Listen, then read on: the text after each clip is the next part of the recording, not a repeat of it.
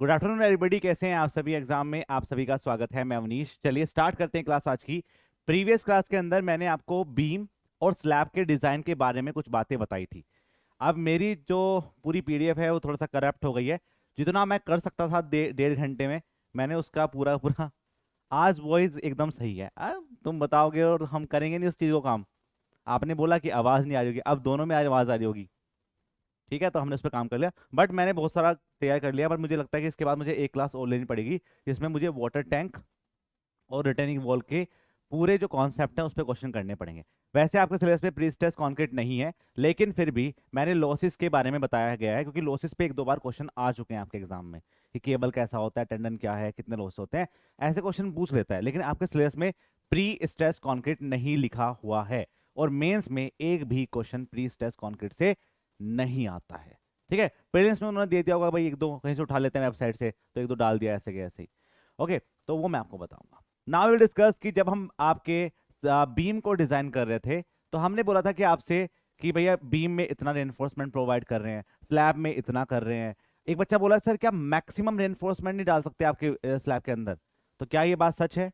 बेटा, जब भी हम आपके पास मिनिमम रेनफोर्समेंट की बात करते हैं ना, तो समझो स्लैब के अंदर थिकनेस ही इतनी कम है। यदि आपने मैक्सिमम रेनफोर्समेंट पे काम कर दिया, तो वर्कैबिलिटी कैसे बन पाएगी? वर्कैबिलिटी हो ही नहीं पाएगी। ओके, और दूसरा ये भी नहीं हो पाएगा कि भैया यदि आपने मैक्सिमम रेनफोर्समेंट कर दिया, तो जो कंक्रीट है उसको टाइम ही नहीं मिल पाएगा, प्लेस ही नहीं कर पाएगा, और ब्रिटल टाइप के फेलियर के चांसेस बढ़ जाएंगे। सेक्शन आपका अंडर रेनफोर्स हो सकता है, सेक्शन आपका ओवर रेनफोर्स हो सकता है, और ब्रिटल टाइप का फेलियर यहाँ पे क्रशिंग के थ्रू हो सकता है। इसलिए मैं बोलता हूं, जब भी आप स्लैब के डिजाइन को करो, मिनिमम थिकनेस पे हम काम करते हैं, तो यहां पे मिनिमम रेनफोर्समेंट पे काम करना पड़ेगा। ठीक है, अब हम बात करते हैं स्पेसिंग की। जो स्पेसिंग आप प्रोवाइड करते हैं रेनफोर्समेंट के बीच में होता है पूरी स्पेसिंग, जो 300 mm पे हम काम कर रहे थे या स्टिरअप की बात कर रहे थे, लेकिन जो आपने मेन रेनफोर्समेंट दिया, इसको हम बोलते थे लॉन्गिट्यूडनल रेनफोर्समेंट, उसके बीच में कितना कितना गैप होगा, that is called the spacing. Individual individual आपके स्लैब के बीच में या इंडिविजुअल आपके जो बार हम यूज कर रहे हैं उनके बीच में कितना रहेगा, उसके बारे में यहां पे बात करेंगे। ठीक है, तो देखो क्या लिखा हुआ है, एक बार पढ़ लो जल्दी इसको। क्या लिखा हुआ है स्पेसिंग के बारे में?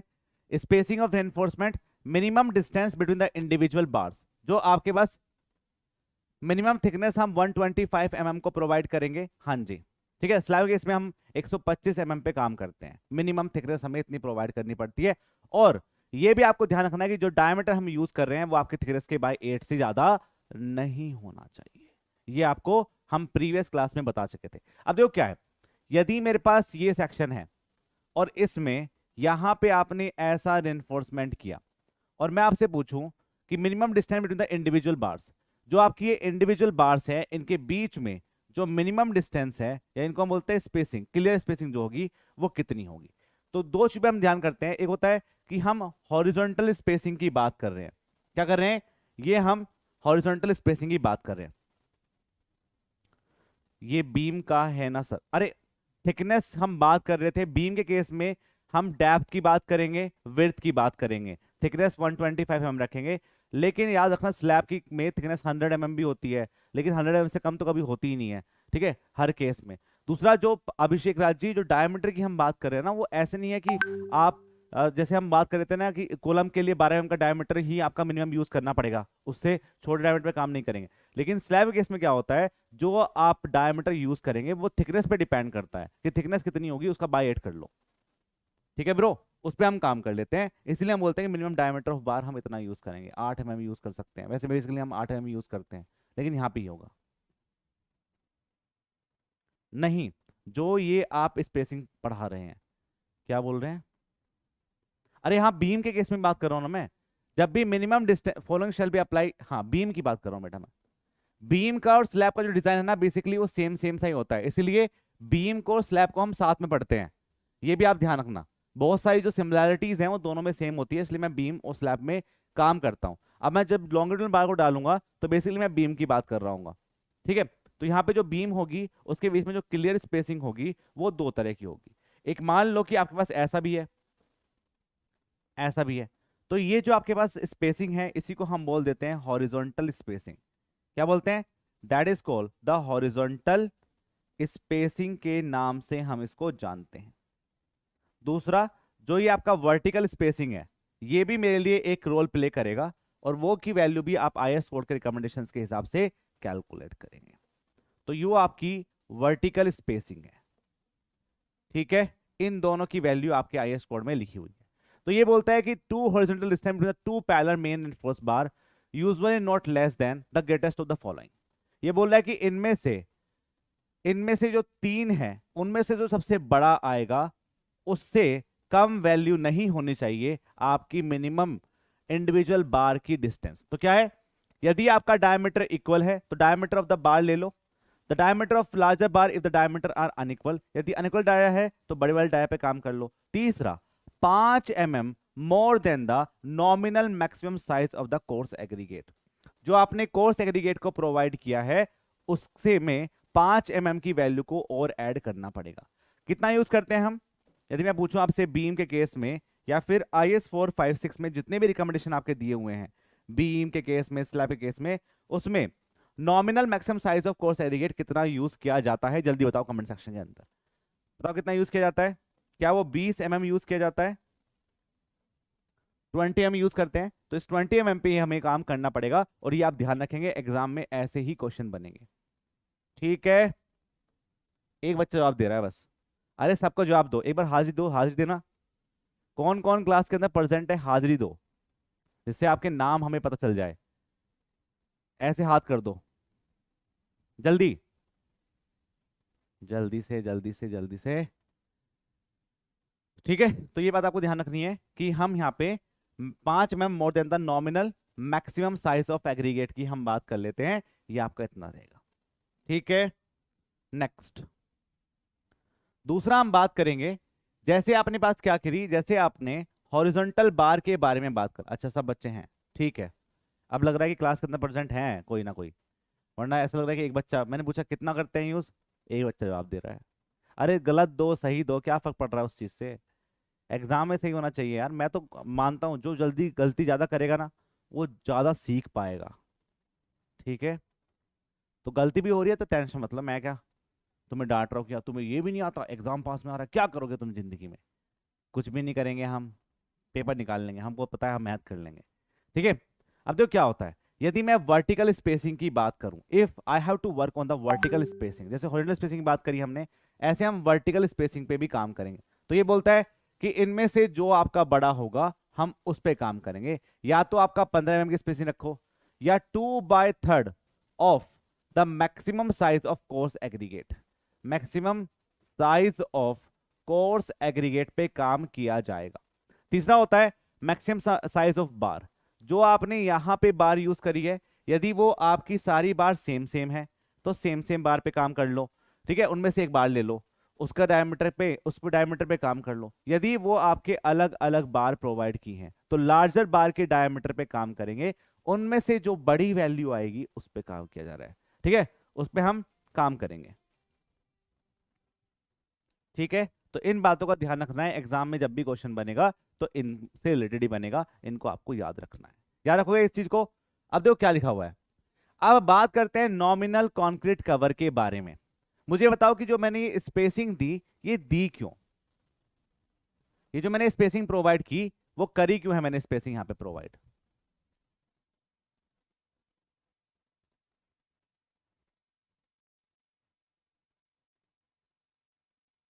ठीक है। तो क्या होगा, ये हम स्पेसिंग के बारे में बात कर रहे थे। तो मुझे बताओ कि जो मैं डायमीटर के बीच में ये साइज प्रोवाइड कर रहा हूं कि यार इतना इतना होना चाहिए, ये कहां प्रोवाइड कर रहे हैं हम बेटा? क्योंकि देखो क्या होगा, कंक्रीट के बीच में, और जो आपने ये कंक्रीट होगी, और ये जो आपके पास यहां पे आपने बार को प्रोवाइड करी होगी, उसके बीच में आपको बॉन्डिंग चाहिए, ठीक है। कंक्रीट को प्लेस तो करना पड़ेगा, तो आपको इस स्पेसिंग पे काम करना पड़ेगा, वरना क्या होगा, वरना ये होगा कि यदि इनको अपने पास पास में यूज कर लिया तो बेटा कंक्रीट पे स्ट्रेंथ आपकी आ ही नहीं पाएगी, और जो आप ऊपर से लोड लगा रहे हैं उसको आप ट्रांसफर नहीं कर सकते कंक्रीट में, वो स्टील में रह जाएगी और कुछ ना कुछ क्रैक को बनाएगी, ठीक है। इसलिए हमें ये स्पेसिंग पे काम करना पड़ता है। दूसरा, अब बात करते हैं जैसे मैंने ये बार प्रोवाइड की, ये बार प्रोवाइड की, ये बार प्रोवाइड की, ये बार प्रोवाइड, इन पे हम एक स्टील आपको प्रोवाइड कर देते हैं जो इनको बांध के रखता है। ये आपकी टाइज हो गई, इनको हमने ऐसे टाई कर दिया। अब क्या होता है, ये जो आपका कवर है इसको हम बोल देते हैं क्लियर कवर। ये जो क्लियर कवर है हम क्यों प्रोवाइड करते हैं, आपको पता है स्टील है, उसके अंदर कोरोजन हो सकता है, तो उसके लिए हमें इसके अंदर कुछ ना कुछ कवर को प्रोवाइड करना पड़ेगा। दूसरा, ड्यूरेबिलिटी क्राइटेरिया के लिए भी हमें कुछ ना कुछ क्रैक को, कुछ ना कुछ यहां पे कवर को प्रोवाइड करना पड़ेगा। तीसरा, ये भी आपको ध्यान रखना है कि एनवायरमेंटल एक्सपोजर कंडीशन में कल को यदि कोई फायर आ गया तो उस फायर से रोकने के लिए, किससे, उस फायर से रोकने के लिए भी हमें इस पे काम करना पड़ेगा। ठीक है, तो इसलिए हम आपके क्लियर कवर को यहां पे रोकते हैं जिससे कोरोजन और फायर रेजिस्टेंस या एक्सपोजर कंडीशंस जो हो रही हैं उनसे रोका जा सके आपके कंक्रीट को और आपकी स्टील को। ठीक है, क्योंकि स्टील है उसके अंदर कोरोजन हो सकता है। ठीक है, अब यहां पे तो क्या लिखा हुआ है, यहां पे लिखा हुआ है कंडीशन की नॉमिनल जो कवर हम प्रोवाइड करते हैं, जो क्लियर कवर होता है उसी को हम नॉमिनल कवर के नाम से जानते हैं। और ये वैल्यू क्या होगी, एक्सपोजर कंडीशंस पे काम करती है, जैसे mild, moderate, severe, very severe और एक्सट्रीम कंडीशन। माइल्ड इसमें कितना होता है 20 mm, मॉडरेट में आपका 30 mm, सीवियर में 45, वेरी सीवियर में 50 और एक्सट्रीम कंडीशन में ये आपके पास क्या हो जाता है 75 mm रहेगा। ठीक है, पुष्पा से झुकेगा नहीं साला। चलो अब तुम नहीं झुकना तुमको, ठीक है, तुमको झुकना नहीं है। मेरी YouTube पे क्लास नहीं हो रही 2 दिन से, मैं आपकी टेस्ट सीरीज ही बना रहा हूं, इसके लिए मैं थोड़ा सा लगा पड़ा हूं। बस आज रात को और बैठना है मुझे, ठीक है, हवन करना है आज रात को भी, तो आपकी जो टेस्ट सीरीज है वो बन जाएगी यार, क्योंकि यार बनानी पड़ेगी लास्ट मोमेंट पे।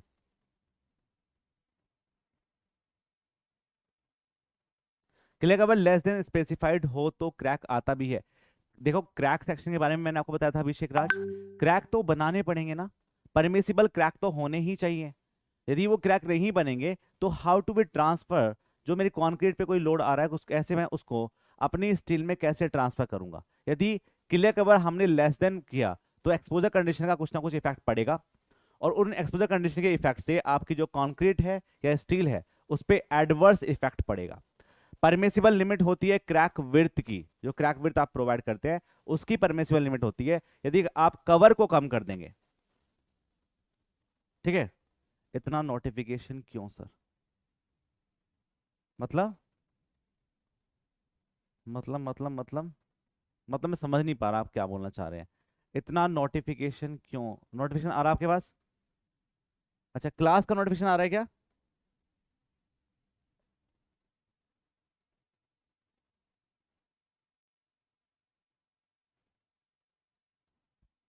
बार बार आवाज आ रही है, क्या हो रहा है यार, ये क्लास में ना, मेरी क्लास में ड्रामे होने हैं सारे, कभी टुक की आवाज आ रही है बार।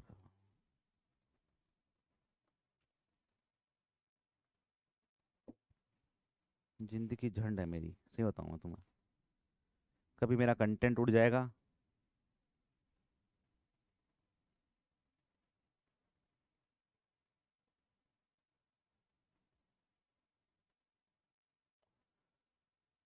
नहीं यार, क्लास अच्छी से होनी चाहिए ना, फिर बच्चे जो रिकॉर्ड करके देखते हैं उनके लिए भी सोचना है यार। ठीक है, ज्यादा नहीं हो रही कोई नहीं यार, कंटिन्यू सर, नो प्रॉब्लम। ठीक है, आप देखिए यहाँ पे मैंने बात करी कि mild, moderate, severe, very severe, extreme condition में आपका जो नॉर्मल कवर होगा, थोड़ा स्पीड से करते हैं ना, 20 mm, 30 mm, 45 mm, 50 mm, 75 mm पे काम करते हैं। लेकिन ये सभी चीजें तो आपको याद रहती है, एग्जाम में क्वेश्चन यहाँ से बनते हैं, लेकिन इसके नीचे क्या लिखा हुआ है नोट में, उसको पढ़ना आपके लिए जरूरी है। लिखा हुआ है for main enforcement up to 12 mm dia bar for mild exposure condition the normal cover में बी रिड्यूस टू 5 mm। जो यहाँ पे बात कर रहे थे बच्चे, उसको मैं बता रहा हूँ यहाँ पे कि ये क्या हो रहा है। ठीक है, एक बार देखना है, अपनी क्लास अच्छी चल रही है, ठीक से चल रही है। तो देखिए यहाँ पे, यदि मैं मेन एनफोर्समेंट की बात कर रहा हूं तो 12 mm का डाया है मेरे पास, तो हम अपने क्लियर कवर को 5 mm और कम कर सकते हैं। क्यों, क्योंकि माइल्ड कंडीशन है, एटमॉस्फेरिक कंडीशंस आपके फेवरेबल है, कोई एटमॉस्फेरिक अटैक नहीं हो रहा है, कोई ड्राई वेदर कंडीशन नहीं हो रही है, फ्रीजिंग थॉइंग कंडीशन नहीं हो रही है, तो हम कर सकते हैं। दूसरा दूसरा हम बात करते हैं unless specified otherwise actual concrete cover should not be deviate from the required nominal cover by 10 mm। ठीक है, 10 mm और 0 mm। मतलब क्या है, जब भी आपसे बात की जाए, जब भी आपसे बात की जाए, लो इसको ऐसे देख लो, वैसे आपको मिलेगा ये पीडीएफ फॉर्म में, पर आपको ऐसे देख लो। देखो लिखा हुआ क्या है इसमें, ये नोट की बातें आपको पढ़नी बहुत जरूरी है।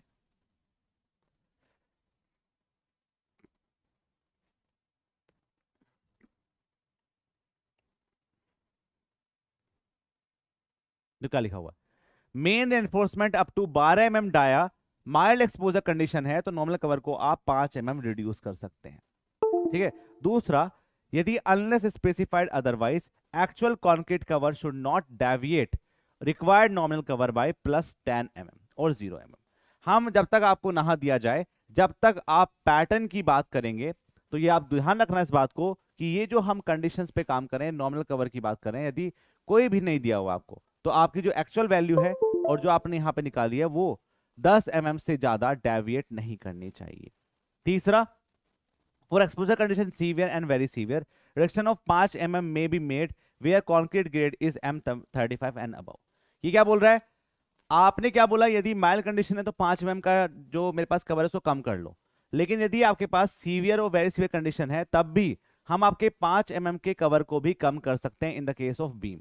ठीक है, इन द केस ऑफ बीम, क्योंकि क्या होगा, यदि मेरा जो ग्रेड है वो M35 या उससे बड़ा हो जाएगा तो आपकी कंक्रीट के अंदर तो स्ट्रेंथ अपने आप ही बढ़ जाएगी ना, क्योंकि आपने हाई ग्रेड ऑफ कंक्रीट को यूज कर लिया है। तो यदि आप हाई ग्रेड ऑफ कंक्रीट को यूज कर लेंगे तो क्लियर कवर यदि हम कम भी रखेंगे तब भी चीजें आपकी आराम से हो सकती हैं। तो M35 एंड अबव ग्रेड के लिए हम इस पे काम कर देते हैं। ठीक है, तो ये जो मैंने पूरा का पूरी कहानी बताई है ना, जन्म कुंडली जो हम यहाँ बता रहे हैं वो किसकी बता रहे हैं, ये सब बीम के बारे में बात कर रहे हैं हम। ठीक है, तो आपको कंफ्यूज नहीं होना सर ये क्या बता दिया आपने, ये तो बीम के केस में था, तो ये बेटा सब बीम की बात चल रही है। ठीक है, तो कंफ्यूज नहीं होना आपको, ये किसकी बात चल रही है, बीम की बात चल रही है। ठीक है, नेक्स्ट अब बात करते हैं स्लैब। स्लैब के बारे में आपको कल भी बता चुका था, लेकिन थोड़ी बातें और कर लेते हैं स्लैब के बारे में। जो लिखा हुआ है not for slab and column, नहीं नहीं नहीं, स्लैब के लिए अलग होगा। हाँ जी, बेसिकली ठीक है, क्लियर कवर स्लैब के लिए सबसे कम ही यूज करते हैं क्योंकि थिकनेस ही काफी कम होती है। आप 20 mm का तो 20 mm से ज्यादा का तो रख ही नहीं सकते उसके अंदर कवर, क्योंकि स्लैब का डाया ही इतना कम होगा, थिकनेस ही कम है। तो ब्रो सोचो ना आप अपने आप। ठीक, दूसरा, वन वे स्लैब की हम बात करते हैं तो जब आपका Ly/Lx की वैल्यू 2 से बड़ी होती है तो हम उसको वन वे स्लैब बोलते हैं। यदि मैं इसमें डिफ्लेक्शन क्राइटेरिया के बारे में बात करूं, सर सेकंड पॉइंट रिपीट कर दीजिए। सेकंड पॉइंट क्या बोल रहा है, unless specified otherwise actual concrete cover should not deviate from the required nominal cover by the +10 mm और 0। क्या बोल रहा है ये, सुमन जी ध्यान सुनेंगे, जब तक आपको कुछ भी स्पेसिफाइड नहीं बोला जाए और आपसे बोले आपको कोई भी एक्सपोजर कंडीशन नहीं दे रखी और बोले कि आपका जो कवर है ये आ गया, तो आप तो बोलोगे IS कोड में तो ये लिखा हुआ है, तो पूछा कौन सी कंडीशन है, तो ये पता है हमें नहीं पता कौन सी कंडीशन है। तो उसी चीज को काउंटरैक्ट करने के लिए इन्होंने ये बोला है कि आप क्लियर कवर को यूज कर लो, लेकिन जो डेविएशन है वो 10 mm से ज्यादा और मिनिमम जितना आपके IS कोड में लिखा हुआ है उतना होना चाहिए। नेगेटिव में नहीं जा सकते, कम नहीं कर सकते, लेकिन थोड़ा बढ़ा सकते हैं। कितना, मैक्सिमम 10 mm बढ़ा सकते हैं। वो चीजें यहाँ पे लिखी हुई है सेकंड पॉइंट के अंदर। ठीक है सुमन जी, चलिए नेक्स्ट में आप बात करते हैं। यहाँ पे जब हम डिफ्लेक्शन क्राइटेरिया की बात करते हैं ना, तो आपके इस पूरे के पूरे स्लैब सेक्शन के अंदर यदि जहां पे आपके पास मान लो ये आपकी LX है, जो आपकी शॉर्टर स्पैन है ना, ये जो आपकी शॉर्टर स्पैन है ये LX है, और जो आपके पास लॉन्गर स्पैन है वो LY है। तो जो डिफ्लेक्शन का पूरा डिस्ट्रीब्यूशन बनेगा, what are distribution of deflection, तो ये आपका पैराबोलिक बनता है शॉर्टर स्पैन पे और ये थोड़ा बहुत यूनिफॉर्म हो जाता है आपके लॉन्गर स्पैन पे।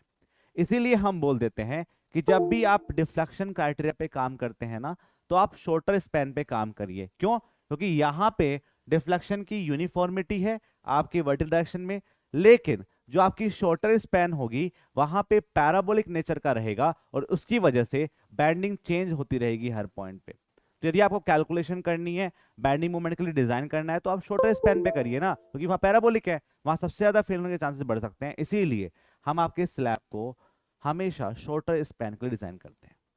ठीक है, ये आपको ध्यान रखना है, एग्जाम में क्वेश्चन ये होता है और ये लिखा हुआ है यहाँ पे। नेक्स्ट नेक्स्ट क्या लिखा हुआ है, यदि आप टू वे स्लैब की बात करेंगे, तो सिंगल वे स्लैब की बात हो गई, अब टू वे स्लैब की बात करेंगे।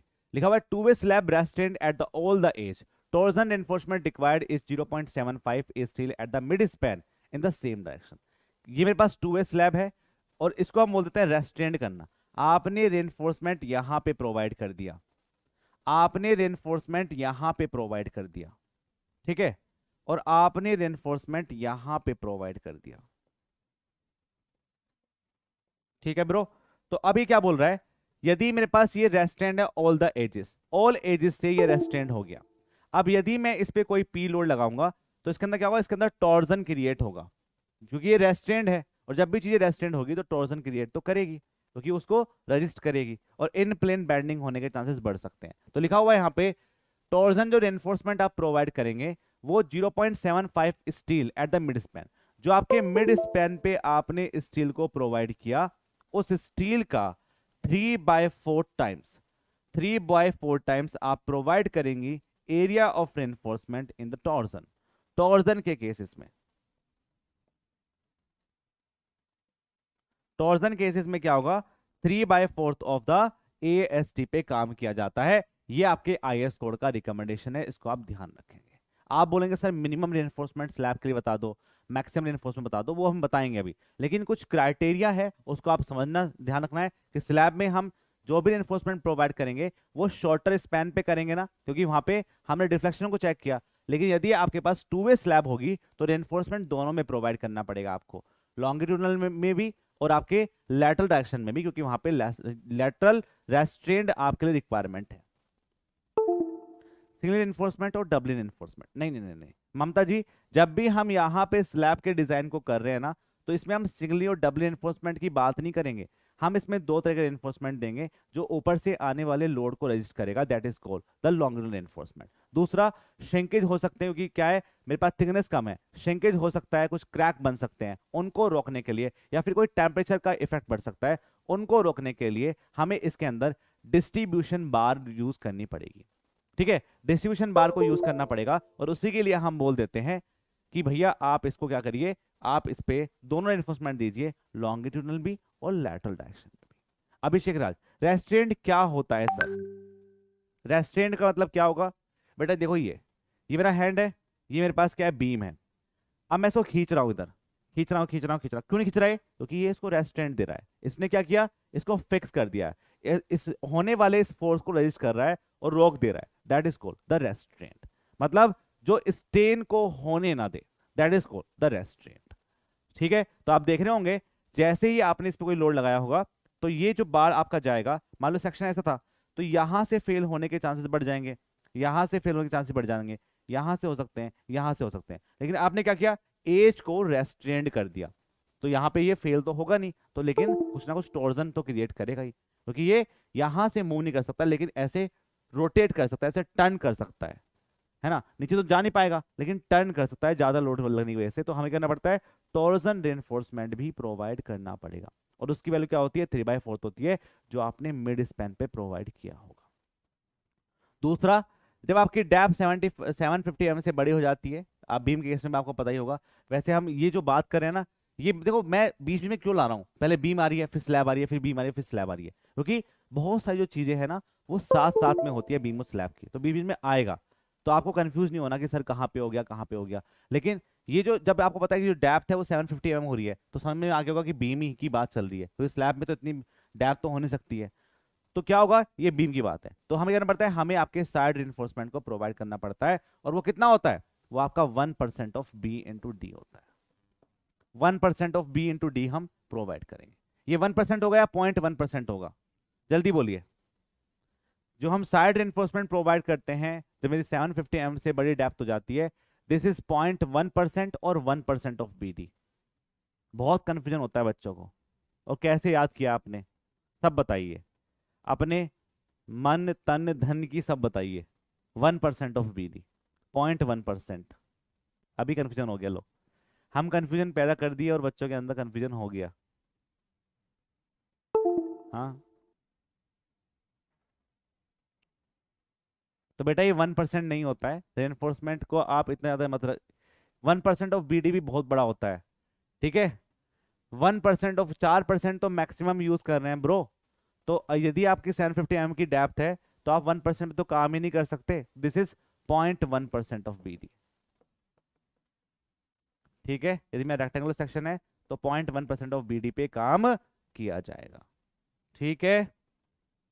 तो गलती नहीं करनी। नेक्स्ट, अब देखो क्या है कि कुछ ऐसे क्वेश्चन मुझे मिल गए थे, एट रैंडम क्वेश्चन मिल गए थे मुझे कुछ, जब मैं काम कर रहा था। तो उसको भी आप पढ़ लेते हैं। मैंने जब डिफरेंट टाइप की बुक लगाई तो मुझे एक दो क्वेश्चन मिल गए, तो उस पर हम काम कर लेते हैं। एक होता है इलास्टोमेरिक बियरिंग पैड होते हैं, वो हम कहाँ पे यूज करते हैं? Preferable to steel roller bearing since they do not require any periodic maintenance. कोई आपसे पूछेगा कि बताओ, जब भी आप अपने ब्रिजेस पे काम करते हैं तो ब्रिज पे जो लोड आता है उसको बियर करने के लिए हम कुछ पैड को यूज करते हैं। वो कौन से पैड होते हैं? That is a elastomeric bearing pad होते हैं। इनकी मेंटेनेंस की रिक्वायरमेंट नहीं पड़ती है, और ये आपको बियरिंग करने और जो ऊपर का लोड है उसको नीचे ट्रांसफर करने में काम आते हैं। जैसे मेरे मान लो कि मेरे पास ये स्लैब वाला पार्ट था, तो ये पैड ऐसे लगे होते हैं, इनसे आपका बीम सेक्शन और फिर आपका कॉलम सेक्शन ऐसे जुड़ा होता है, ठीक है। ऐसे जुड़ा होगा, ये मान लो ये पार्ट है आपका। तो क्या होगा, ये जो आपके पास लगे होते हैं इन्हीं को हम क्या बोलते हैं? Elastomeric bearing pad. इनको हम इलास्टोमेरिक बियरिंग पैड के नाम से जानते हैं, ठीक है। दूसरा, यदि एग्जाम में क्वेश्चन आए ऐसा कि limit state of method of design the failure criteria of RC beam and column is governed bye. कौन सी जो थ्योरी, आप डिफरेंट टाइप की थ्योरी पढ़े होंगे, सॉम के अंदर पढ़ेंगे आप। Maximum principal stress theory, maximum principal strain theory, shear stress theory, या फिर आपकी डिस्टोर्शन थ्योरी, ये सब आपने पढ़ा होगा। लेकिन ध्यान रखेंगे लिमिट स्टेट डिजाइन के अंदर जब आप फेलियर की बात करेंगे बीम और कॉलम के अंदर, तो हमेशा हम जो डिजाइन करते हैं वो प्रिंसिपल स्ट्रेन थ्योरी पे डिजाइन करते हैं। किस पे डिजाइन करेंगे? प्रिंसिपल स्ट्रेन थ्योरी पे ही डिजाइन किया जाता है, ये आपको ध्यान रखना है। ये ऑब्जेक्टिव क्वेश्चन मुझे मिलते हैं तो मैं साथ साथ करा देता हूँ, मैं लिख देता हूँ इसको ऑब्जेक्टिव क्वेश्चन। कुछ ऐसे होते हैं जो नहीं पढ़ा सकते, लेकिन ऑब्जेक्टिव फॉर्म में इनको रटवाया जा सकता है, ठीक है। दूसरा, कुछ और क्वेश्चन देखिए, ऐसे क्वेश्चन बने हैं। M50 and mild steel bar to ensure the adequate ductility for preventing the failure of during the earthquake. क्या बोल रहा है? कोई आपसे पूछे ना, कोई आपसे ये पूछे बफरिंग सबकी हो रही है या तुम्हारा नेट खत्म हो चुका है ब्रो?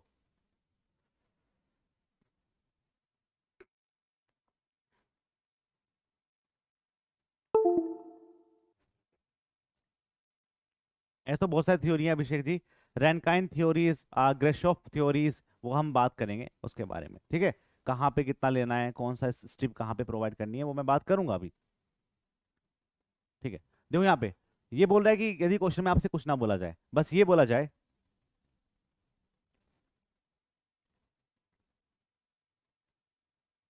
बैकग्राउंड की साउंड आ रही है, बैकग्राउंड में कोई है तो है नहीं, भूत हो सकता है, भूत। आई एम भूतनाथ है।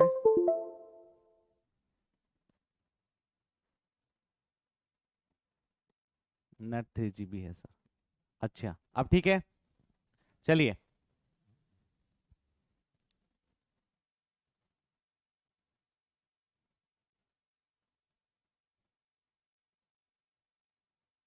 देखे जाते हैं। क्या बोल रहा है क्वेश्चन में? यदि क्वेश्चन ऐसा बनता है कि आपको ना डक्टाइलिटी पे काम करना है,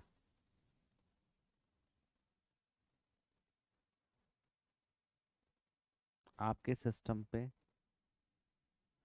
ओके, लैपटॉप नोटिफिकेशन साउंड।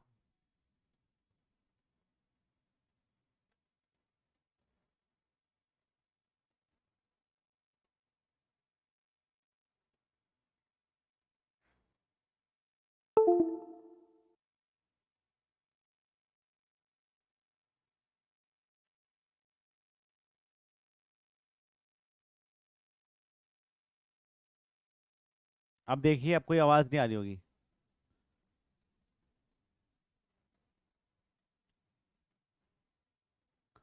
यार ये सब काम मुझे करने पड़ रहे हैं, इतने तो एडजस्ट कर लो भाई लोग, ऑफलाइन में तो कितना हल्ला होता है। सही बात है यार, बच्चे हैं ना ये दिल है मानता ही नहीं ना, बात ये है। अब ठीक है, लो मैंने सबको सबको ही हटा दिया, ठीक है। यार ऑफलाइन का मजा ही अलग है, पर ऑनलाइन में यार क्या, बस खड़े रहो माइक के सामने, तुम बैठे हो, तुमसे हम बात कर लें कि क्या चल रहा है लाइफ में, गर्लफ्रेंड है या नहीं है, हैं कर सकते हैं इतनी बात, पढ़ाई लिखाई कैसे चल रही है, लेकिन अब क्या कर सकते हैं बस। कोई बात नहीं, लेकिन घर से पढ़ने का मजा भी अलग है। हम भी बहुत सारे काम कर सकते हैं एक साथ में, तो वही कर रहे हैं। चलो देखो, मैं क्वेश्चन की बात करता हूँ यहाँ पे। एक क्वेश्चन बनाता है एग्जाम में कि मैं कौन से मिनिमम ग्रेड पे काम करूं यदि मुझे अर्थक्वेक की कोई भी दिक्कत हो रही है। ठीक है, अर्थक्वेक आ गया और मुझे ना अपने इस अर्थक्वेक को रोकना है। दूसरा हम बात करते हैं डक्टालिटी। ठीक है, यदि आपकी डक्टालिटी को बढ़ाना है और हमको अपने प्रिवेंट करना है फेलियर ऑफ अर्थक्वेक को, तो हम ये कैसे कर सकते हैं।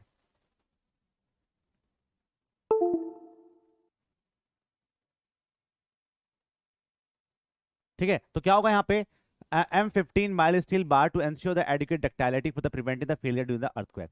तो यदि आपके अर्थक्वेक को रोकना है तो हम M15 और माइल स्टील, आपको पता है F250 है, तो इसमें सबसे ज्यादा डक्टाइलिटी होगी क्योंकि कार्बन कंटेंट कम है।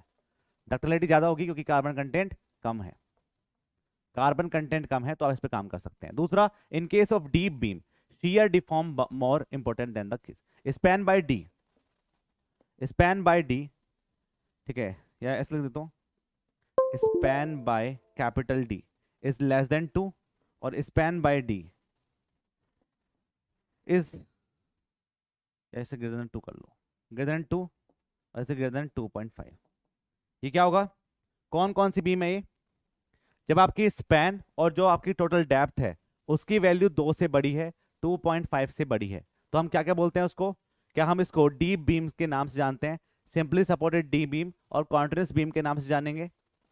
बोलिए भाई, पढ़े नहीं पढ़े ये चीजें। तो ये बोल रहा है कि यदि आपकी डीप बीम होगी तो शियर डिफॉर्मेशन मोर इंपोर्टेंट होता है आपके फ्लेक्सर में। ठीक है, तो सिंपली सपोर्टेड डीप बीम हो जाएगी, this is simply supported beam के केस में। और ये किसके केस में होते हैं, कॉन्टिन्यूअस के केस में आपके पास ये हो जाएगी, this is in the case of continuous.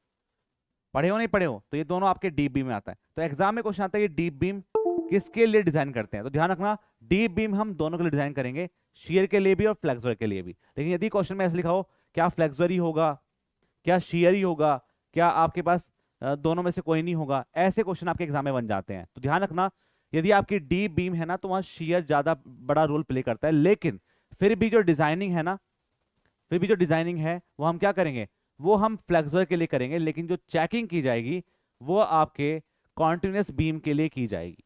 ठीक है, तो याद को आपको ध्यान रखना है कि स्पैन बाय डी की वैल्यू 2 से बड़ी होती है सिंपली सपोर्टेड बीम के केस में। ओके, तो ये बात आपको ध्यान रखनी है, एग्जाम में काफी क्वेश्चन बनते हैं। तो आपको ध्यान रखना है, चाहे आपके पास डी बीम हो चाहे आपके पास छोटी बीम हो, डिजाइन हमेशा फ्लेक्सर के लिए ही किया जाएगा, लेकिन यहां पे जो चेकिंग है वो आपके शियर के लिए चेकिंग की जाएगी। तो शियर डिफॉर्मेशन ज्यादा होता है तो वो चेकिंग के काम आएगा, चेकिंग के काम ये आएगा। नेक्स्ट नेक्स्ट कुछ ऑब्जेक्टिव क्वेश्चन करा रहा हूं मैं, ठीक है, ये मैंने खुद करे थे तो दिक्कत आती है बच्चों को, तो इसलिए मैं करवा रहा हूं। देखो नेक्स्ट देखिए, कैंटिलीवर का डीप बीम नहीं होता है क्या सर, कैंटिलीवर में स्पैन बाय डी की वैल्यू के डिफ्लेक्शन पे हम काम कर सकते हैं ना।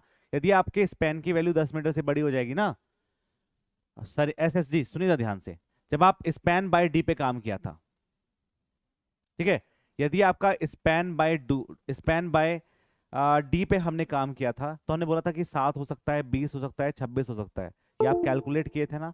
तो उसमें हमने बोला था कि यदि आपकी स्पैन की वैल्यू 10 मीटर से बड़ी होगी तो कैंटिलीवर पे कोई घंटा फर्क नहीं पड़ने वाला, लेकिन जो सिंपली सपोर्ट बीम है और जो कॉन्ट्रास्ट उस पर इफेक्ट पड़ेगा, क्योंकि क्या है कैंटिलीवर के बीच में के केस में हम एग्जैक्ट वैल्यू की कैलकुलेशन कर सकते हैं। ठीक है, एग्जैक्ट वैल्यू की कैलकुलेशन कर सकते हैं, इसीलिए हम बोल देते हैं कि आप उस पर काम कर भी लो तो कोई दिक्कत नहीं है।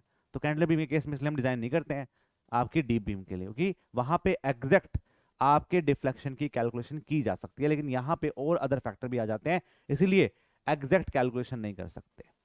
ठीक है, 10 L/D लेस देन 2 होगा या सर या ग्रेटर देन होगा, अपने आप बताओ यार तुम, मैं क्या बताऊं तुम्हें, क्या ये सही लिखा हुआ है, क्या ये सही लिखा हुआ है, इसमें किसी को डाउट है, किसी को डाउट है इसमें, या तुम पहली बार नहीं पढ़ रहे हैं, ये क्रैश कोर्स है, इसको याद रखो। क्रैश कोर्स का मतलब क्या होता है, हम पहले पढ़ चुके हैं, हम पहले पढ़ चुके हैं, पढ़ चुके हैं, बट याद नहीं रह पाए हैं, बट याद करना है। ठीक है, तो ये कर रहे हैं हम। चलिए बताइए जरा ध्यान से, बोलो अब।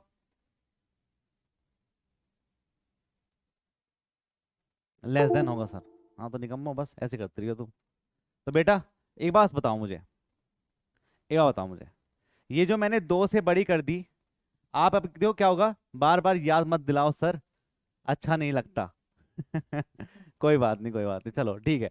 देखो ब्रो, आप है ना इनमें जो मैं यहाँ लिखता हूँ ना, उसका सबसे बड़ी दिक्कत ये होती है कि कंफ्यूजन आपको एग्जाम में यही होगा कि ये 2 से बड़ा होगा या 2 से कम होगा। तो आप एक बात समझो ना कि स्पैन बाय डी आप कर रहे हैं, ठीक है, और आप डी बीम की बात कर रहे हैं ना, डी बीम की। तो जब डी बीम की बात करोगे ब्रो, डी बीम की बात करोगे, तो आपका जो डेप्थ है वो बड़ा होना चाहिए ना, और जब डेप्थ बड़ा होगा तो ये टोटल वैल्यू तो अपने आप ही कम हो जाएगी।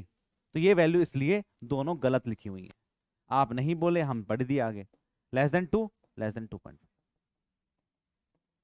ठीक है, तो ये बात आपको ध्यान रखनी है, इस पे हम काम करें, क्योंकि देखो आप समझो, यदि आपके स्पैन बाय डी की वैल्यू 2 से बड़ी होगी, 7 हो गई, 20 हो गई, 26 हो गई, तब तो हम काम कर ही लेंगे अपना डिफ्लेक्शन पे। लेकिन यहाँ पे लेस पे काम किया जाएगा, क्योंकि डेप्थ बढ़ रही है। मान लो डेप्थ आपकी बढ़ गई, तो ये वैल्यू बढ़ रही है, टोटल वैल्यू तो घटेगी, और घटेगी तो क्या होगा, स्पैन बाय डी की वैल्यू कम हो जाएगी। ठीक है, तो गलती नहीं करनी एग्जाम में, सबसे बड़ी गलती यही होती है कि बड़ा होगा छोटा होगा हम समझ में नहीं पाते। तो ध्यान से समझो ना, थोड़ा सा दिमाग लगा के समझो कि डेप्थ यहाँ पे बड़ी होनी चाहिए, तभी हम काम करेंगे। ठीक है, अब यहाँ पे देखो, कोई बात नहीं, अच्छा नहीं लगता। अब यार तुम, चलो कोई नहीं, जिनको नहीं पढ़ा वो पढ़ लो अब अच्छे से, और क्या ही बोले हम। The beam will be best to be design as a T beam for span movement, as a rectangular beam for support movement for the limited state of collapse. अब देखो क्या होता है, क्या बोल रहा है ये, a beam will be best design as a T beam for a span movement और rectangular beam as a support movement. यदि आपके पास चॉइस है कि आप किस किस टाइप के डिजाइन कर सकते हैं, तो टी बीम हमेशा स्पैन मूवमेंट के लिए हमेशा हम टी बीम को डिजाइन करते हैं, और जबकि यदि मेरा सपोर्ट मूवमेंट है तो उसके लिए हम रेक्टेंगुलर बीम को डिजाइन करेंगे। सबसे बेस्ट क्वालिटी, सबसे ज्यादा मोमेंट ऑफ रेजिस्टेंस वहीं पे आता है। ये आपका एक सब्जेक्टिव टर्म है, हमने कैलकुलेट करके देखा होगा, तभी हम बोल रहे हैं कि स्पैन मूवमेंट,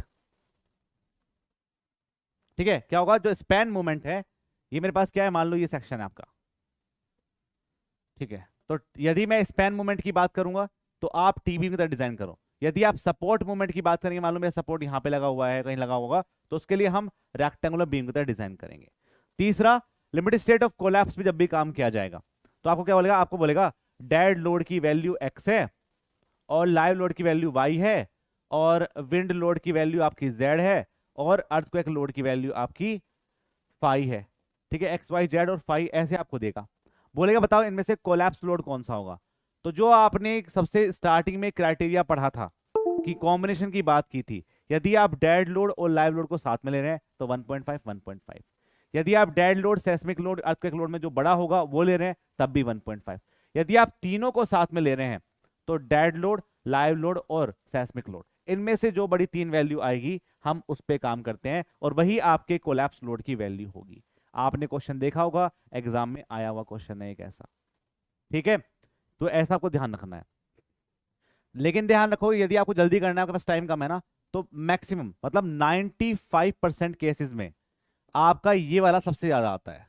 पर मैं ये नहीं कह रहा कि आप मत मत निकालो, और भी 95% केसेस में यदि आपके पास टाइम कम है, एग्जाम में आपका क्वेश्चन फंस रहा है और आपको टाइम मिला तीनों को कैलकुलेट करने का, तो सबसे पहले इसे निकालो, डेड लोड और लाइव लोड वाले को निकालो, मैक्सिमम केस में वही सबसे ज्यादा आएगा। ठीक है, तो ये बात आपको ध्यान रखना है। ओके, दूसरा, doubly reinforce beam are recommended when the depth and breadth of the beam restricted. आप बोलोगे सर डबली रेनफोर्स बीम हम प्रोवाइड ही क्यों कर रहे हैं, एक तो क्या होगा, जो सेक्शन आपका ओवर रेनफोर्स हो गया उसको बचाना है, दूसरा आप अपनी बीम की विड्थ या डेप्थ को ज्यादा नहीं बढ़ा सकते। हम जब भी बोलते हैं डीप बीम की बात करते हैं तो हमेशा हम डेप्थ की बात क्यों करते हैं, क्या आपकी विड्थ को नहीं बढ़ा सकते हम, तो विड्थ को भी बढ़ा सकते हैं, लेकिन दोनों को रेस्ट्रिक्ट किया जाता है क्योंकि इतना मोटा बीम लगा हुआ है, उसका इतना बड़ा विड्थ है और इतनी बड़ी उसकी डेप्थ है, वो दिखने में भी आपका अच्छा नहीं लगेगा, एस्थेटिक व्यू भी अच्छा नहीं होगा, और बहुत सारा रेनफोर्समेंट वहां पे प्रोवाइड करना पड़ेगा। इसीलिए हम आपके डबल रेनफोर्समेंट को प्रोवाइड करते हैं कि कंप्रेशन साइड में भी रेनफोर्समेंट प्रोवाइड कर दो, और आपका जो पूरा बीम का सेक्शन है ना, उसको क्या करो, उस बीम के सेक्शन को आप छोटा कर दो। तो इसलिए हम डेप्थ और आपकी विड्थ को रेस्ट्रिक्टेड कर देते हैं। ठीक है, ये बात आपको ध्यान रखनी है, एग्जाम में यहां से क्वेश्चन बन सकते हैं। नेक्स्ट, ये सब ऑब्जेक्टिव क्वेश्चन करवा रहा हूं मैं, ठीक है, सीधे आएंगे डायरेक्टली एग्जाम में क्वेश्चन ऐसे ही, क्योंकि एसएससी है ये सीधा डायरेक्ट पूछता है। इसको नहीं पता कितने कॉन्सेप्ट आ रहे हैं नहीं हो रहे हैं। मतलब ईएससी, मैं जब पहली बार गया था मेरे गेट में मैंने अच्छा फोड़ा था, पर एसएससी का पहले पेपर में देखो सीधे वैल्यू पूछ ली उसने। अब हमको क्या पता, कॉन्सेप्ट पूछो तो बात करेंगे हम, सीधी वैल्यू पूछ रहा है। अब कैसे निकालेंगे, टाइम लग रहा है निकालने में, और टाइम होता नहीं एग्जाम में। तो वो चीज़ है कि बड़े से बड़ा धुरंधर यहाँ पे फेल हो सकता है यदि आपने रटना स्टार्ट नहीं करा तो। मतलब समझ के रटो, पर रटना बहुत जरूरी है प्रीलिम्स एग्जामिनेशन के लिए। मेंस में स्पीड और प्रीलिम्स में स्पीड और रट्टा दोनों चाहिए एसएससी को क्रैक करने के लिए, क्योंकि गेट वाले बच्चे कॉन्सेप्ट के चक्कर में रह जाते हैं, सब क्वेश्चन नहीं कर पाते ना वो, सब कर आप ही कर पाओगे। चलिए, अब जो क्या लिखा हुआ है, जब भी आपके पास हाई राइज और मल्टी स्टोरी बिल्डिंग होगी तो टी बीम और स्लैब की तरह ही डिजाइन करेंगे। क्या करेंगे, टी बीम और स्लैब की तरह ही डिजाइन किया जाता है यदि आपकी मल्टी स्टोरी बिल्डिंग होगी तो। ठीक है, ये आपका ध्यान रखेंगे। दूसरा हम बात करेंगे, यदि मैं एमयू लिमिटिंग की बात करूं, एग्जाम में डायरेक्ट क्वेश्चन आया था ये कि मेरे पास अब क्या होगा, हम मोमेंट ऑफ रेजिस्टेंस निकालते हैं कि भाई 0.138 एफ सी के बी डी स्क्वायर। ठीक है, तो 0.138 एफ सी के की वैल्यू आप पुट कर लीजिए इसमें 20, फिर आपको बी निकालना है, डी निकालना, और फिर आप इसको कैलकुलेट करिए। डायरेक्टली याद रखो आप कि यदि आपके पास 415 है, M20 है, तो 2.77 बी डी स्क्वायर होता है। ठीक है, डायरेक्टली आपको याद रखना है। गेट में कितनी रैंक थी सर आपकी, मैंने 2016 का दिया है गेट, ठीक है, 2016, 2017, 17 और 2018, मैंने 3 दिए हैं गेट। ठीक है, इसमें मेरे पास जो मेरी रैंक आई थी वो आई थी 1500 रैंक, मेरा नंबर नहीं आया था, मतलब मुझे नहीं मिल पाया था, आपका आईआईटी नहीं मिल पाया था। लेकिन सेकंड वाले में, जो सेकंड वाला है इसमें मुझे मिल पाया था, मेरी रैंक आई थी 678, 678 रैंक आई थी 2018 में मैंने दिया, और रैंक मेरी आई थी 94। ठीक है, 94 रैंक आई थी, जबकि मैंने मैंने इसमें एडमिशन ले लिया था पहले ही, आईआईटी में एडमिशन ले लिया था, लेकिन मेरी लास्ट 2018 में रैंक 94 आई है। ठीक है, तो ऐसे ही होता है बेटा, स्पीड बढ़ानी पड़ती है, अब क्या कर सकते हैं इसमें हम, है ना, एक बार में नहीं होती हैं चीज़ें।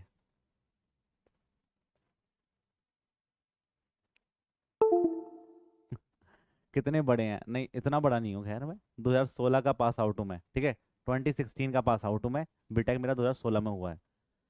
ठीक है, तो ये आपको ध्यान रखना है। ओके, तो maximum of moment distribution allowed in RCC beam में मैं 30% पे काम करते हैं। देखो क्या बोल रहे हैं यहाँ पे, एमयू लिमिटिंग की हम बात कर रहे हैं 2.77 बी डी स्क्वायर एफ 415। अरे आप पढ़ लो, एम टेक कौन से ब्रांच से किया था, एनवायरमेंटल इंजीनियरिंग से किया था, कुछ और पूछ लो, शादी हुई है नहीं हुई है, नहीं हुई है, कोई ढूंढ दो, पढ़ाई कर लो यार, पढ़ाई करने आए हो अभी आनंद, बाद में बात कर लेंगे, मेरा व्हाट्सएप नंबर तो आपके पास है ही, वहाँ आराम से बात करेंगे। ठीक है, अभी पहले पढ़ाई कर लो। देखो, एमयू लिमिटिंग की बात करेंगे तो 2.77 बी डी स्क्वायर आपका हो गया। अब देखो, maximum movement redistribute allowed in the RCC beam, RCC beam के अंदर कितने मूवमेंट को आप रीडिस्ट्रीब्यूशन कर सकते हैं, मतलब यदि आपने कुछ और एक्स्ट्रा चीजों को लगाया, या आपने ओवर एनफोर्स की जगह डबलिंग एनफोर्समेंट पे काम किया, तो ये पूछता है कि कितने मैक्सिमम स्ट्रेस को आप रीडिस्ट्रीब्यूशन कर सकते हैं। तो मैक्सिमम जो होता है वो 30% ही होता है। ऐसा नहीं होता कि जितना आपके टेंशन में आया उतना ही हम आपके कंप्रेशन में लेके जा सकते हैं, नहीं नहीं नहीं, पूरे के पूरे पे को नहीं लेके जा सकते, ओनली 30% के ही आपके लोड को हम रीडिस्ट्रीब्यूट कर सकते हैं सेक्शन में। ठीक है, दूसरा, for a RCC slab area of reinforcement should be same in unit width of the slab. Area of reinforcement per unit width में हम ऐसे कैलकुलेट करते हैं, जब भी हम आपके स्लैब के डिजाइन करते हैं तो हम ये कैलकुलेट करते हैं कि आपका एरिया ऑफ रेनफोर्समेंट कितना है। तो हमेशा हम 1 मीटर की इनसाइड विड्थ पे काम करते हैं, 1 मीटर इनसाइड विड्थ पे काम किया जाता है, 1 मीटर इनसाइड विड्थ पे काम किया जाता है, ये आपको ध्यान रखना है।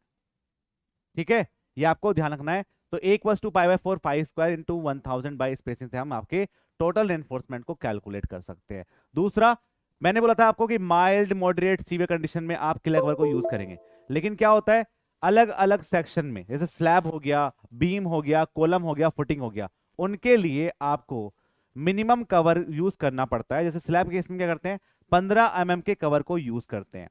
इन the case of beam 25 mm के कवर को यूज करते हैं, कॉलम केस में हम 40 mm यूज करते हैं और फुटिंग केस में आपका 75 करते हैं। ये बात आप ध्यान रखेंगे, एक नंबर का क्वेश्चन एग्जाम में यहां से आता ही आता है। ठीक है, एक नंबर क्वेश्चन आपके एग्जाम में यहां से आएगा ही आएगा कि स्लैब के केस में कितना होता है, बीम के केस में कितना होता है, कॉलम केस में कितना होता है, फुटिंग केस में कितना होता है। ठीक है, ये आपको ध्यान रखना है। तो स्लैब, बीम, कॉलम, फुटिंग के केस में हम इस पे काम कर लेते हैं, कितना कितना हम यूज करेंगे। ठीक है ब्रो, तो ऐसे क्वेश्चन आपके एग्जाम में बन जाते हैं। नेक्स्ट, ये तो मैं आपको बता ही चुका हूं पहले। ठीक है, अब देखो स्लैब में ना थोड़ा सा पार्ट रह गया है, वो मेरा यहाँ पे करप्ट हो गया, पर मैं उसको अगली क्लास में करवाऊंगा। ठीक है, अगली क्लास में मैं करवाऊंगा, जो मेरी लास्ट क्लास बचेगी उसमें थोड़ा स्लैब का डिजाइन करेंगे हम। क्या बोल रहे हैं बेटा, कितना कितना बताया मैंने? बीम के केस में, स्लैब के केस में आप 15 mm यूज कर सकते हैं। 20 mm होता है ना सर? नहीं नहीं नहीं, आप मिनिमम कवर यूज कर सकते हैं in the case of slab 15 mm।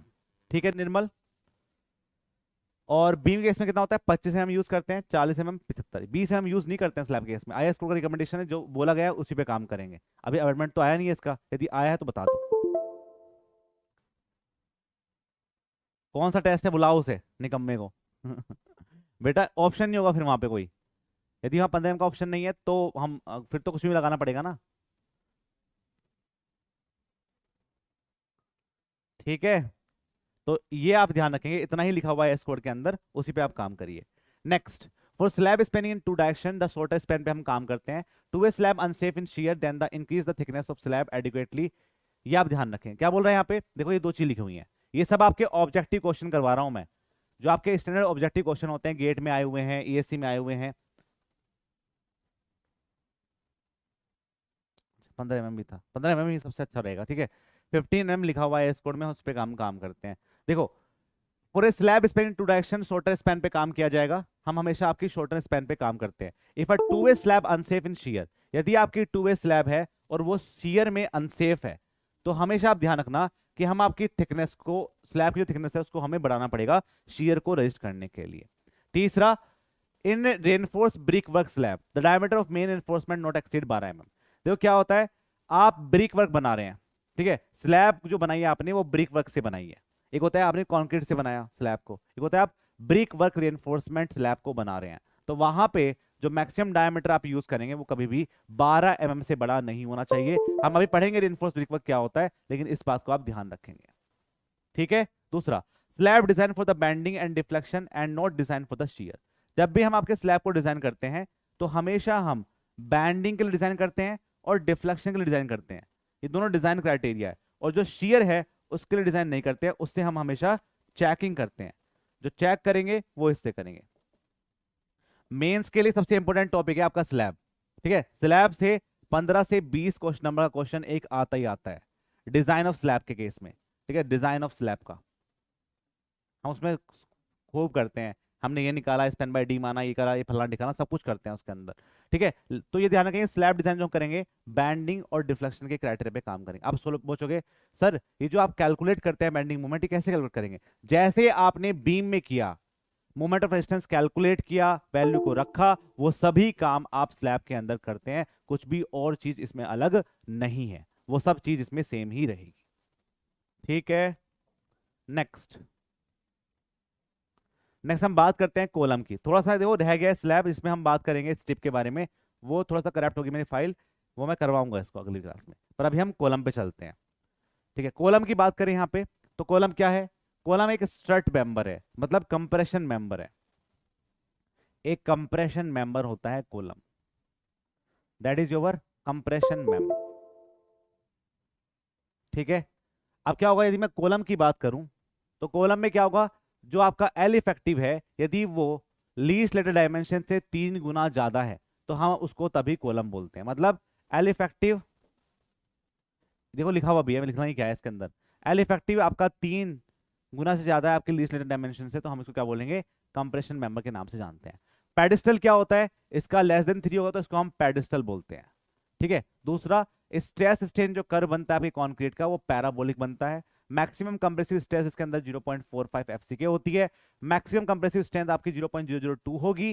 ठीक है, किसमें? एक्सियल टेंशन में, एक्सियल टेंशन में, एक्सियल कंप्रेशन बोल सकते हैं। एक्सियल कंप्रेशन में ये वैल्यू जो होगी वो 0.002 होगी।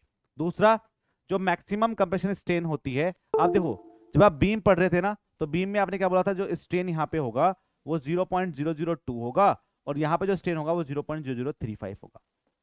लेकिन देखो क्या होता है, इन द केस ऑफ कॉलम हम हमेशा ये चाहते हैं कि आपके मेंबर के अंदर कहीं भी टेंशन क्रिएट ना हो। ठीक है, कंप्रेशन में कहीं भी टेंशन क्रिएट ना हो, हम ये चाहते हैं। तो अब यदि आप ये चाहते हैं कोई टेंशन क्रिएट ना हो, ठीक है, एक्सियल कंप्रेशन बेंडिंग हो बट नो टेंशन हो, ठीक है, इसको छोड़ो।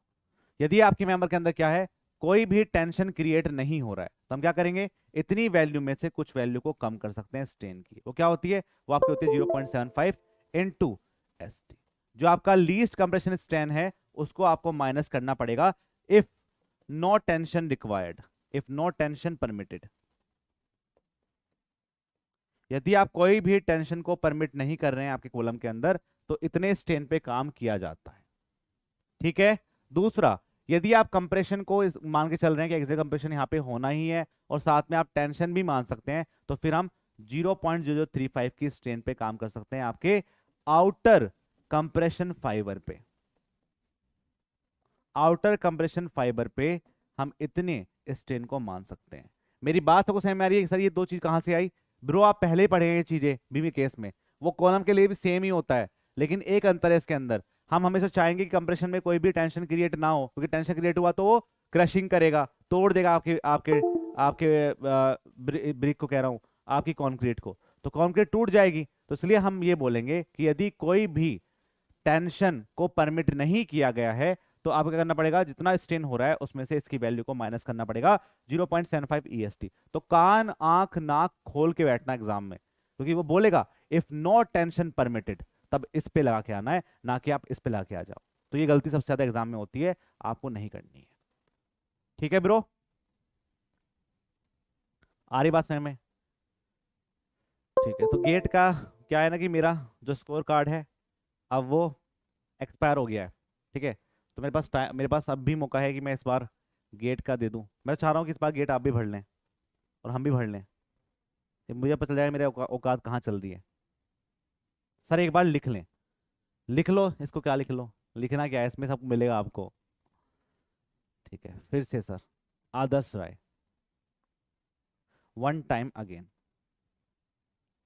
ठीक है, अब देखो आए हैं वन टाइम अगेन वाले। चलो बताता हूं, देखो क्या है बेटा, देखो आप जब बीम को डिजाइन करते हैं, हाँ भर दो गेट। मैं सोचा था कि इसके बाद ना एसएससी के बाद आपकी गेट के क्वेश्चन करवा देंगे, प्रीवियस ईयर क्वेश्चन करवा देंगे सारे सारे यूट्यूब के अंदर ही। लेकिन अभी आप अपना एसएससी पे फोकस रखो, ठीक है, उसके बाद करेंगे जो करना है। ओके गाइस, तो अभी इसी पे काम करें। चलिए, अब मैं देखो यहाँ समझा रहा हूँ क्या क्या बात कर रहे थे हम। बात ये है कि यदि मैं मैक्सिमम कंप्रेसिव स्ट्रेस की बात करता हूँ तो ये है, कंप्रेसिव स्ट्रेन आपके एक्सेल में ये है, लेकिन कंप्रेसिव स्ट्रेन आपकी बैंडिंग के केस में, बैंडिंग के केस में क्या होगी, 0.035 होगी। ये तब होती है जब आप टेंशन को मान के चल रहे होते हैं। ठीक है, जब आप टेंशन को मान के चल रहे होते हैं तभी आता है। हम ये भी तो बोलते हैं कि जब यहां पे 0.035 आपकी होगी आउटर कंप्रेशन फाइबर पे, उसके करस्पॉन्डिंग आपके टेंशन में is not less then 0.002 plus के 0.87 FY/ES। इससे कम वैल्यू तो होनी नहीं चाहिए, हम ये बोलते हैं ना, हमेशा ये बोलते हैं। लेकिन ये बोल रहा है कि यदि मैं आपसे ये बोलूं कि आपके जब जब आपके पास आउटर मोस्ट कंप्रेशन फाइबर पे इतनी स्ट्रेंथ प्रोवाइड हो रही होगी, तो हम ये बोलेंगे कि इसमें कोई भी टेंशन को परमिट नहीं किया गया है, क्योंकि ये कंप्रेशन मेंबर है और इसमें कोई भी टेंशन को हम परमिट नहीं करेंगे, कोई भी हम क्रैक को परमिट नहीं करेंगे। तो हम ये बोलेंगे कि इतने स्ट्रेन को आप कम करिए। कितना स्ट्रेन होगा वो इतना हो जाएगा फिर स्ट्रेन। ठीक, अच्छा करा आपने गेट का फॉर्म फिल कर दिया तो। ओके ब्रो, तो ये बात आपको ध्यान रखनी है कि इसलिए हम बोल देते हैं कि 0.035 मेरे पास क्या है, जब टेंशन को परमिट कर दिया गया है तब हम इस पे लेंगे, यदि नहीं किया गया है तो इसमें से आपके अपने स्ट्रेन को कम करना पड़ेगा और वो 0.75 टाइम्स होगा आपके स्ट्रेन के। ठीक है, नेक्स्ट अब बात करते हैं, जब हम कॉलम को डिजाइन करते हैं तो हम कैसे बोलते हैं कि ये शॉर्ट कॉलम है, ये लॉन्ग कॉलम है। तो उसको डिजाइन करने के लिए हम क्या करते हैं, हम इसको स्लेंडरनेस रेशियो के रिस्पेक्ट में कैलकुलेट करते हैं। कैसे? यदि मेरे पास ये मेंबर है और ये आपके पास क्या है, मेजर एक्सिस है, ये आपकी माइनर एक्सिस है वाई वाई। तो हम ये बोलेंगे कि एल इफेक्टिव बाई डी आपका यदि 12 से कम है तो इसको हम शॉर्ट कॉलम बोलेंगे, 12 से ज्यादा है तो इक्वल टू 12 भी है तो लॉन्ग कॉलम बोलेंगे। और वाई एक्सिस में क्या होगा, जहां पे डेप्थ हमने डी लिया यहाँ पे हम बी ले लेंगे और इसी को हम लॉन्ग और शॉर्ट कॉलम के नाम से जानते हैं। दूसरा, आप बोलोगे सर ये जो एल इफेक्टिव की आप बात कर रहे हैं, ये एल इफेक्टिव क्या होती है? तो ये जो एल इफेक्टिव है ना, ये आपकी एंड कंडीशन पे डिपेंड करेगी, ये कभी भी आपके लेंथ पे डिपेंड नहीं करेगी। It is depend on the height of the column, does not depend upon the span of beam and column. Very very important है। देखो, यदि मेरे पास सपोर्ट ये है, फिक्स सपोर्ट है, और ये मेरे पास लेंथ एल है, तो ये जो एल होगी, एल इफेक्टिव जो होगी वो आपके एल बाय 2 हो जाएगी। ठीक है, अब कल को ही यही मेरे पास लेंथ थी और मेरे पास ये हो गया, ये हो गया, दोनों पार्ट मेरे पास हिंज हो गए, तो यहां पे जो एल इफेक्टिव होगी वो आपके एल के बराबर हो जाएगी। तीसरा, यदि मेरे पास ये वाली हो गई, एक मेरे पास हिंज सपोर्ट है, एक मेरे पास फिक्स सपोर्ट है, तो एल इफेक्टिव मेरे पास क्या हो जाएगी, एल बाय रूट 2 हो जाएगी, एल बाय रूट 2 हो जाएगी। तो हमें इन सब पे काम करना पड़ता है कि ये आपसे एग्जाम में क्वेश्चन पूछेगा कि जो एल इफेक्टिव है क्या वो आपकी लेंथ ऑफ स्पैन पे भी डिपेंड करेगा? तो ध्यान रखिएगा, ये आपकी लेंथ ऑफ स्पैन पे डिपेंड नहीं करता है। It is not depend on the length, ये आपकी लेंथ पे डिपेंड नहीं करेगा। ठीक है, हाँ, आयलर फॉर्मूला पे काम करेंगे। ठीक है ठीक है ठीक है, अभी आप समझ लो कि मैं क्या बोलना चाह रहा हूँ। आयलर फॉर्मूला तो आप हर जगह पढ़ेंगे, आरसीसी में पढ़ रहे हैं और सॉम में भी पढ़ेंगे, ठीक है, वहां भी पढ़ेंगे, तो सॉम में ज्यादा अच्छे से पढ़ लेते हैं आयलर फॉर्मूला। यहाँ पे हम बेसिकली उसके बारे में बात करेंगे जो डिजाइन स्टेप है। ठीक है, तो ये आपको ध्यान रखना है कि ये आपकी लेंथ पे डिपेंड नहीं करेगा, ये सिर्फ सपोर्ट कंडीशन पे डिपेंड करेगा, हाइट ऑफ कॉलम पे डिपेंड करेगा। ठीक है, तो इस पर हम काम करते हैं। और यदि आपका ये एंड फिक्स है, ये फ्री है, तो 2 टाइम्स ऑफ एल हो जाता है। और यदि यहाँ पे आपके रोलर सपोर्ट लगे हुए हैं ऐसे, और ये आपका फिक्स है, तो ये आपके पास क्या होती है, थ्योरेटिकल वैल्यू आपकी एल ही रहेगी, और ये रिकमेंडेड वैल्यू जो आपके आईएस कोड ने दी है वो आपकी 1.2 टाइम्स ऑफ एल हो जाती है। ये आपको ध्यान रखना है। दूसरा, हम कभी भी एक्सियली लोडेड कॉलम को नहीं बना सकते, हमें मिनिमम इसेंट्रिसिटी को तो डिजाइन करना ही पड़ेगा। ठीक है, कभी भी आपके एक्सियली लोडेड कॉलम नहीं बन सकते हैं, कुछ ना कुछ इसेंट्रिसिटी तो रहेगी जब आपके, क्योंकि क्या है, ये सिलेंडर मेंबर है, सिलेंडर कॉलम होते हैं। कॉलम क्या होता है, सिलेंडर होते हैं। सिलेंडर मेंबर कौन से होते हैं, जिनमें लेंथ बड़ी होती है और जो इसकी विड्थ है वो छोटी होती है, तो यहाँ पे बकलिंग के चांसेस बढ़ सकते हैं, तो कुछ ना कुछ इसेंट्रिसिटी को डिजाइन तो करना पड़ेगा। तो बेसिकली हम मिनिमम इसेंट्रिसिटी पे काम करते हैं। जो आपकी मिनिमम इसेंट्रिसिटी होती है वो आपकी मिनिमम होगी, मतलब मैक्सिमम होगी इन दोनों की वैल्यू के, और उससे आपकी मिनिमम इसेंट्रिसिटी आएगी, मतलब जो आपकी लेंथ है बाय 500 प्लस जो आपका लीस्ट लेटर डायमेंशन है डी बाय 30। यदि आप एक्स डैश में कैलकुलेट कर रहे हैं तो ई एक्स आ जाएगा मेरे पास यहाँ से डी की फॉर्म में। दूसरा, यदि आप ई वाई कर रहे हैं तो फिर आपका ये बी की फॉर्म में आएगा। तो इन दोनों में से जो वैल्यू बड़ी होगी उसी पे काम किया जाता है आपके मिनिमम इसेंट्रिसिटी पे। तो L effective by B less than 12 होता है तो हम शॉर्ट कॉलम बोलते हैं। L effective by B is less than 12, it is called the short column. L effective by B is greater than equal to 12, that is called the long column. ठीक है अभय पटेल जी, जो आपके आईएस कोड में लिखा हुआ है वो ये लिखा हुआ है। ठीक है ब्रो,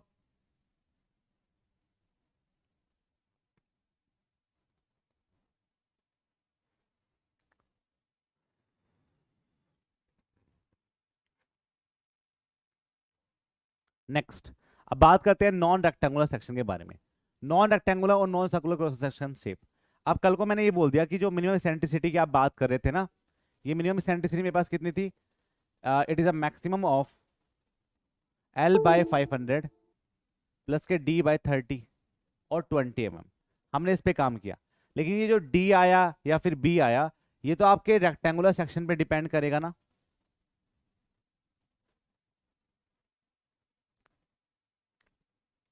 मैं वो बात नहीं कर रहा, देखो सिंपल बात बताऊं, मुझे इसेंट्रिसिटी जो डिजाइन हम करते हैं ना, मैं उसकी बात कर रहा हूं।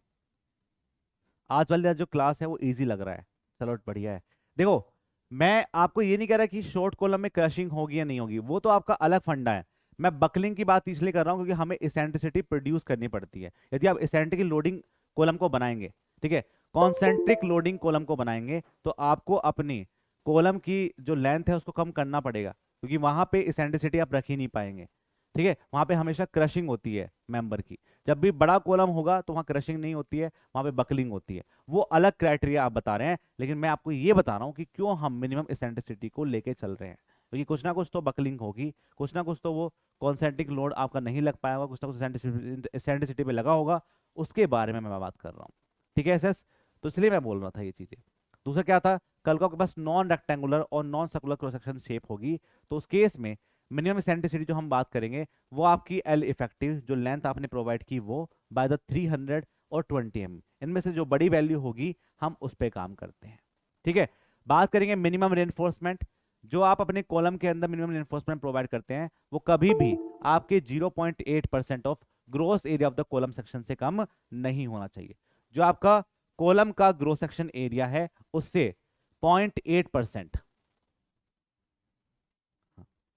ठीक है। हम्म। देखो, जैसे आपने ई मिनिमम पे काम किया, ये ई मिनिमम मेरे पास कितना है, इतना आ गया। क्या हम ई मैक्सिमम पे काम कर सकते हैं? ई मैक्सिमम, तो ई maximum is less then 0.05 D. ठीक है, 0.05 डी पे काम किया जाता है। एक होता है मिनिमम इसेंट्रिसिटी कितनी हमें लेके चलनी है, और एक होता है मैक्सिमम इतनी इसेंट्रिसिटी पे आप काम कर सकते हैं। यदि उससे ज्यादा पे किया तो बकलिंग हो सकती है। तो इतना, इससे तो ज्यादा नहीं होना चाहिए। It is less then 0.05 D पे काम करते हैं, या फिर बी होगा तो बी पे काम करेंगे, और मिनिमम हम यहां से कैलकुलेट करेंगे। ठीक है अरविंद यादव जी, इस पे हम काम करते हैं। ई मिनिमम आपके ई मैक्सिमम से ज्यादा हो सकती है फॉर इसेंट्रिसिटी कॉलम। बेटा इसेंट्रिसिटी तो कॉलम के अंदर कुछ ना कुछ रहेगी ना, ई मैक्सिमम से ज्यादा कभी नहीं होनी चाहिए। आपकी इसेंट्रिसिटी कभी भी आपके ई मैक्सिमम से ज्यादा नहीं होना चाहिए, वरना बकलिंग के फेलियर के चांसेस बढ़ सकते हैं। ठीक है अरविंद जी, तो अपना स्टेटमेंट एक बार देख लीजिए जो आपने लिखा है। ठीक है ब्रो। और दूसरा, लॉन्गिट्यूडनल एनफोर्समेंट जो हम प्रोवाइड करते हैं वो less than, not less than 0.8% of the gross area पे काम करते हैं in the case of column. ठीक है। दूसरा, ये मिनिमम जो रेनफोर्समेंट आपने प्रोवाइड किया वो क्यों करते हैं हम? आपके कॉलम सेक्शन के अंदर जो मिनिमम रेनफोर्समेंट हम प्रोवाइड करते हैं वो इसलिए करते हैं जिससे कि आपका नॉमिनल फ्लेक्सुरल रेजिस्टेंस रहे, प्रिवेंट रहे ये इल्डिंग से, और क्रीप और श्रिंकेज का इफेक्ट इस पे ना पड़े, इसलिए हम इसको प्रोवाइड करते हैं। मैक्सिमम रेनफोर्समेंट कितना होता है? 6% होता है आपके gross area of the column section का। ये आपके आईएस कोड में भी है। इस आईएस, इस पे भी ई मिनिमम, बेटा ई मिनिमम की वैल्यू तो आप कैलकुलेट करेंगे L/500 प्लस के D/30 से, सिंपल बात समझ लो। दूसरा, ई मैक्सिमम की वैल्यू हमारी लेस देन होनी चाहिए 0.05 डी से। ठीक है, यदि आप शॉर्ट कॉलम पे काम करें तब भी हम बोल सकते हैं ऐसा। ठीक है भाई, मिनिमम इसेंट्रिसिटी और मैक्सिमम इसेंट्रिसिटी तो कम से कम अलग अलग होगी ना हर पॉइंट पे, चाहे आप शॉर्ट पे काम कर रहे हो चाहे लॉन्ग पे काम कर रहे हो। क्योंकि ये क्या कर रहा है, ये आपकी बकलिंग के चांसेस की बात नहीं कर रहा है, ये आपको ये बता रहा है कि आपने जो लोड लगाया है वो कॉन्सेंट्रिक है या इसेंट्रिक है। अब उससे बकलिंग हो रही है, क्रशिंग हो रही है, वो तो बात अलग है ना। पहले तो ये चेक कर लो कि वो इसेंट्रिसिटी हो रही है नहीं हो रही है।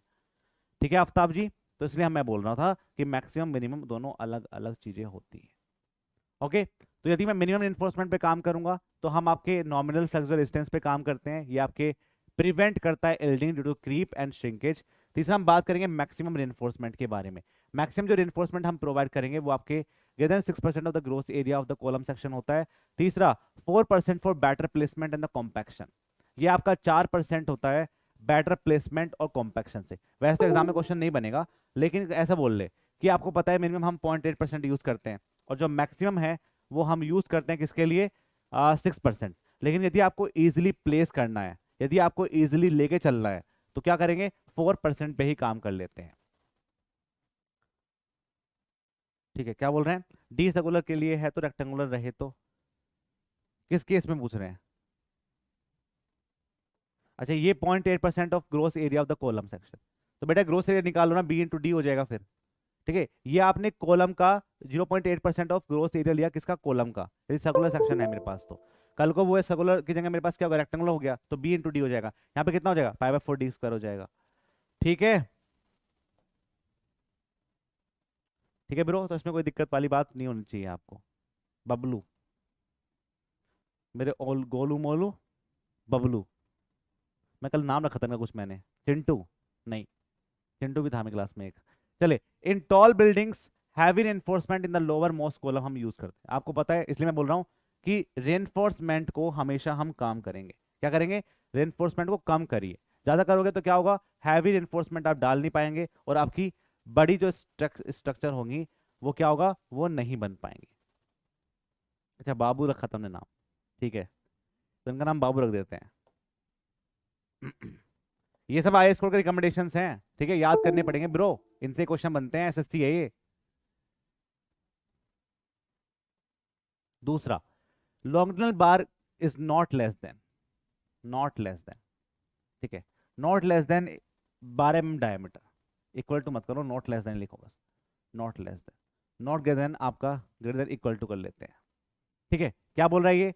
जो भी आप बार को यूज कर रहे हैं उस बार का डायमीटर, ठीक है, तो क्या होगा? जो आपका बार का डायमीटर है वो कभी भी 12 mm के डायमीटर से कम तो होना नहीं चाहिए, मिनिमम आप बार डायमीटर ग्रेटर देन 12 mm होगा, ठीक है। 12 mm से तो हमेशा ज्यादा ही यूज करना पड़ेगा आपको। दूसरा, जो स्पेसिंग आप प्रोवाइड करेंगे आपकी मेन बार के अंदर, वो आपकी 300 mm आपकी मैक्सिमम हो सकती है। दूसरा और भी क्राइटेरिया उस पर हम काम करेंगे, लेकिन मैक्सिमम आपकी 300 mm की स्पेसिंग पे आप काम करेंगे, ठीक है। मिनिमम आप कितनी भी हो सकती है। दूसरा दूसरा हम क्या करेंगे? तीसरा हम बात करेंगे एटलीस्ट 4 बार इन रेक्टेंगुलर सेक्शन। यदि आपका रेक्टेंगुलर सेक्शन है तो आपको 4 बार तो यूज करनी पड़ेगी। लेस देन इक्वल टू नहीं होगा, नहीं यार, लिखा हुआ है नॉट लेस देन, बेटा नॉट लेस देन लिखा हुआ है ना, ये नॉट लेस देन 12 mm, ठीक है, not greater than equal to 300 mm, सही लिखा हुआ है, कुछ गलत नहीं लिखा हुआ है इसमें, ठीक है। एटलीस्ट 4 बार इन रेक्टेंगुलर सेक्शन, यदि आपका रेक्टेंगुलर सेक्शन है तो आपको 4 बार यूज करनी पड़ेगी। कल को आपके पास सर्कुलर सेक्शन हो जाएगा तो मिनिमम आप 6 बार को यूज करेंगे, ठीक है। All longitudinal reinforcement in compression member enclose with the transverse reinforcement prevent premature buckling confine concrete in the core ductility. क्या बोल रहा है ये? जितनी भी आपके पास कॉलम सेक्शन है, ये आपका लॉन्गिट्यूडनल बार है, इन लॉन्गिट्यूडनल बार को आप ट्रांसवर्स बार से, या जिनको हम टाइज बोलते हैं, इनको ऐसे हम डाल देते हैं जिससे क्या हो? ये क्रैक को रोके, श्रिंकेज को रोके, और जो भी आपके इस मेंबर है उसको, जो कोर वाला मेंबर होगा उसको कन्फाइनमेंट प्रोवाइड करता है, इसलिए हम इसको प्रोवाइड करते हैं, ठीक है। तो इस बात को आपको ध्यान रखना है। नेक्स्ट, ठीक है, और आपके रेजिस्टेंस प्रोवाइड करेगा। अब बात करेंगे, जब बात आ ही गई है घूम घूम के कि लेटरल टाइज आपने प्रोवाइड की, ये जो कॉलम है ये आपकी लॉन्गिट्यूडनल बार है, इस पे आप ये लेटरल टाइज को प्रोवाइड करेंगे। ये लेटरल टाइज आपकी ऐसी होती हैं, इनको हम क्या बोलते हैं? इनको हम बोल देते हैं लेटरल टाइज बोलते हैं। ये लेटरल टाइज आपने प्रोवाइड की, तो ये बोलता है कि जो लेटरल टाइज है उसमें जो डायमीटर होगा,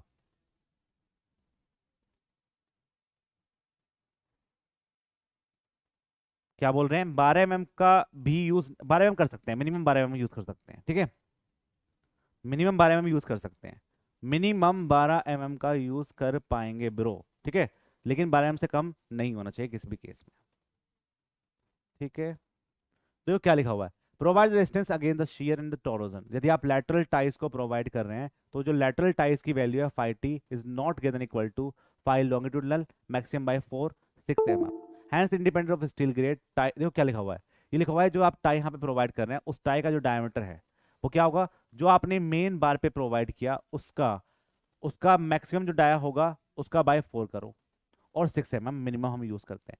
इनमें से जो वैल्यू आपकी बड़ी होगी, मेजर वैल्यू जो होगी, उस पर हम काम किया जाएगा, ठीक है। कई जगह ये वैल्यू आपको 5 mm दे रखी होगी, पर ब्रो हमें आईएस कोड के हिसाब से ही काम करना है और वो आपकी 6 mm लिखी हुई है, ठीक है। तो लेटरल टाइज के केस में कितना हो जाएगा? It's not getting equal to 5 longitude by 4 और 6 mm, ठीक है। तो hence independent of steel of grade और टाई स्पेसिंग। ये जो क्या होता है, ये आपके जो भी आप लेटरल टाइज को प्रोवाइड कर रहे हैं, hence independent of steel grade, तो ये आपके स्टील ग्रेड के इंडिपेंडेंट होती है कि इसलिए ग्रेड क्या है, हम उस पर काम नहीं कर रहे हैं, हम सिर्फ उसके डाया पे काम कर रहे हैं कि डाया कौन सा है। We are not interested in the grade कि आपने Fe415 को यूज किया या आपने Fe250 को यूज किया, लेकिन ध्यान रखेंगे जब भी आप लेटरल टाइज को प्रोवाइड करेंगे तो हमेशा हम माइल्ड स्टील को प्रीफर करते हैं, हम कभी भी HYSD बार की लेटरल टाइज नहीं बनाते हैं। क्यों? क्योंकि डक्टाइलिटी भी चाहिए आपको, ठीक है, और डक्टिलिटी किससे आएगी? Fe250 से ज्यादा अच्छी आती है, इसलिए हम उस पर काम करते हैं, ठीक है। ध्यान रखें इस बात को।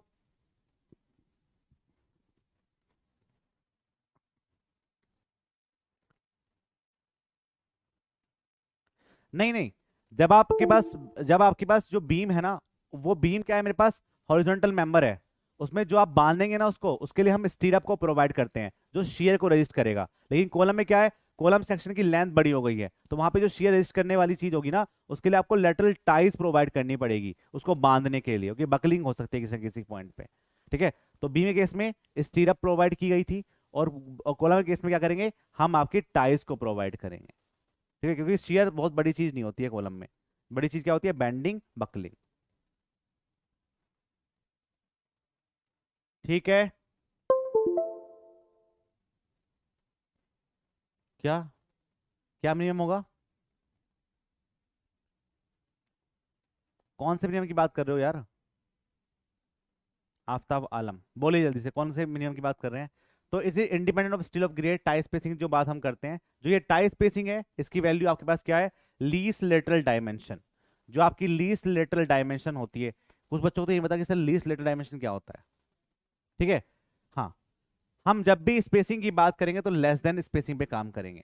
ठीक है, हम हमेशा आपकी स्पेसिंग पे ही जब काम करते हैं तो मिनिमम स्पेसिंग चाहते हैं, मैक्सिमम स्पेसिंग नहीं कहेंगे। ठीक है, मैक्सिमम स्पेसिंग पे काम नहीं किया जाता, मिनिमम स्पेसिंग पे काम किया जाता है, क्योंकि मैक्सिमम स्पेसिंग पे काम करोगे तो क्रैक कहाँ से, क्रैक तो बढ़ेंगे ही ना। मिनिमम स्पेसिंग ये होती है कि जो आपकी कंक्रीट है और स्टील के बीच में बॉन्डिंग भी बन जाए और क्रैक भी डेवलप ना हो। ठीक है, तो क्या होगा, इंडिपेंडेंट ऑफ स्टील गियर तो हो गया, और जो टाई स्पेसिंग आप प्रोवाइड करेंगे उसमें it is least lateral dimension. ये क्या है मेरे पास, लीस्ट लेटर डायमेंशन क्या होता है, मेरे पास ये आपके पास लेंथ है, और ये जो सेक्शन आपका यहाँ पे बना, इसमें जो बी विड्थ होगी और जो डी डेप्थ होगी, उसकी मैं बात कर रहा हूं। जो इनमें से कम होगा उस पर काम किया जा रहा है, that is called the least lateral dimension. मान लो मेरे पास ये कॉलम है, ये कॉलम की अपनी लेंथ है। अब इस सेक्शन को देखो, इस सेक्शन में इसकी एक विड्थ होगी और इसकी एक डेप्थ होगी, जो इनमें से कम होगा उसको हम बोलेंगे लीस्ट, ये क्या है, लीस्ट लेटरल, मतलब परपेंडिकुलर डिस्टेंस, उनमें से जो कम होगी हम उस पर काम करते हैं, और इसी को हम क्या बोलेंगे, लीस्ट लेटरल डायमेंशन के नाम से जानते हैं। ठीक है, तो इट इज प्रोवाइड, ये हम ऐसे प्रोवाइड करते हैं, इसे independent steel of grade pay हम काम किया जाता है। और ये लीस्ट लेटरल डायमेंशन, और जो आपने लॉन्गिट्यूडल बार को यूज किया उसमें जो मैक्सिमम डायमीटर होगा उसका 16 टाइम्स या फिर 300 mm, इनमें से जो वैल्यू कम होगी उस पे ही हम आपकी स्पेसिंग को कैलकुलेट करेंगे। ठीक है, तो ये आपको ध्यान रखना है कि यदि आप स्पेसिंग को रखते हैं तो स्पेसिंग क्या करता है, आपके स्लेंडरनेस रेशो को कम कर देता है, it is reduce the slenderness ratio. अब बात करते हैं डिजाइन की, जब भी हम डिजाइन करते हैं तो उसके लिए दो फॉर्मूले यूज करते हैं, एक वो करते हैं 0.45 एफसी के, A gross minus A S C plus 0.75 A S C. ये आपकी स्टील की ग्रेड की स्ट्रेंथ है, स्टील के ग्रेड, और ये क्या है, आपकी कॉन्क्रीट है। अब क्या होता है, कॉन्क्रीट की अपनी तो हमें एरिया पता नहीं होता, तो हम क्या करते हैं, ग्रोस में से जो स्टील का एरिया है उसे माइनस कर देते हैं, और यहां से आपको अल्टीमेट लोड कैलकुलेट हो जाता है। यहां पे 0.75 कब होगा, यहां पे 0.4 कब होगा। यदि आप बोल रहे हैं कि ट्रूली एक्सियली लोडेड कॉलम है, मतलब एसेंट्रिसिटी है ही नहीं मेंबर के अंदर, तो हम इस वाले फॉर्मूले पे काम करते हैं। 0.45 0.75 पे काम किया जाता है जब आपका ट्रूली एक्सियली लोडेड कॉलम होगा, मतलब कॉन्सेंट्रिक कॉलम होगा। और यदि आप मिनिमम एसेंट्रिसिटी को लेके चल रहे हैं तो फिर हम इस वाले फॉर्मूले पे काम करेंगे, ये आपकी वैल्यू कम हो जाएगी, 0.45 से 0.4 हो जाएगी, और ये 0.75 से 0.67 हो जाएगी। ठीक है, तो इन चीजों पे हम काम किया जाता है, ये आपको ध्यान रखना है। ये अल्टीमेट लोड है जो फैक्टर ऑफ सेफ्टी के बाद आया होगा। ये आपका एफसी आपको पता ही है क्या है, ग्रोस एरिया क्या है, ये क्या है आपके पास, ये स्टील जो आपने प्रोवाइड की गई होगी आपने कॉलम में वो है, और ये क्या है आपके पास, एफ आई आपका ग्रेड ऑफ स्टील है, 0.67 आपको पता ही है। ठीक है, तो इन सभी काम चीजों पे काम किया जाएगा आपके एग्जाम में। तो एग्जाम में क्वेश्चन ये आता है कि जो मेंबर है वो आपका एक्सली लोडेड है या फिर आपके मिनिमम एसेंट्रिसिटी पे काम कर रहे हैं, तो इन दोनों चीजों को ध्यान रखना है।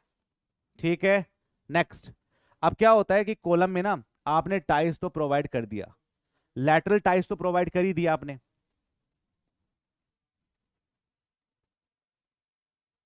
ठीक है, ये मेरे पास क्या है, ये आपकी लैटरल टाइज है, ये आपकी लैटरल टाइज है, ये आपकी लैटरल टाइज है। लेकिन इससे क्या होगा, इससे आपकी जो स्ट्रेंथ है वो इतनी ज्यादा नहीं बढ़ पाएगी, तो हम स्पाइरल की बात करते हैं। इसमें हम हेलिकल रेनफोर्समेंट प्रोवाइड करते हैं, मतलब आपके बार के अंदर ऐसा भी रेनफोर्समेंट प्रोवाइड किया जाएगा।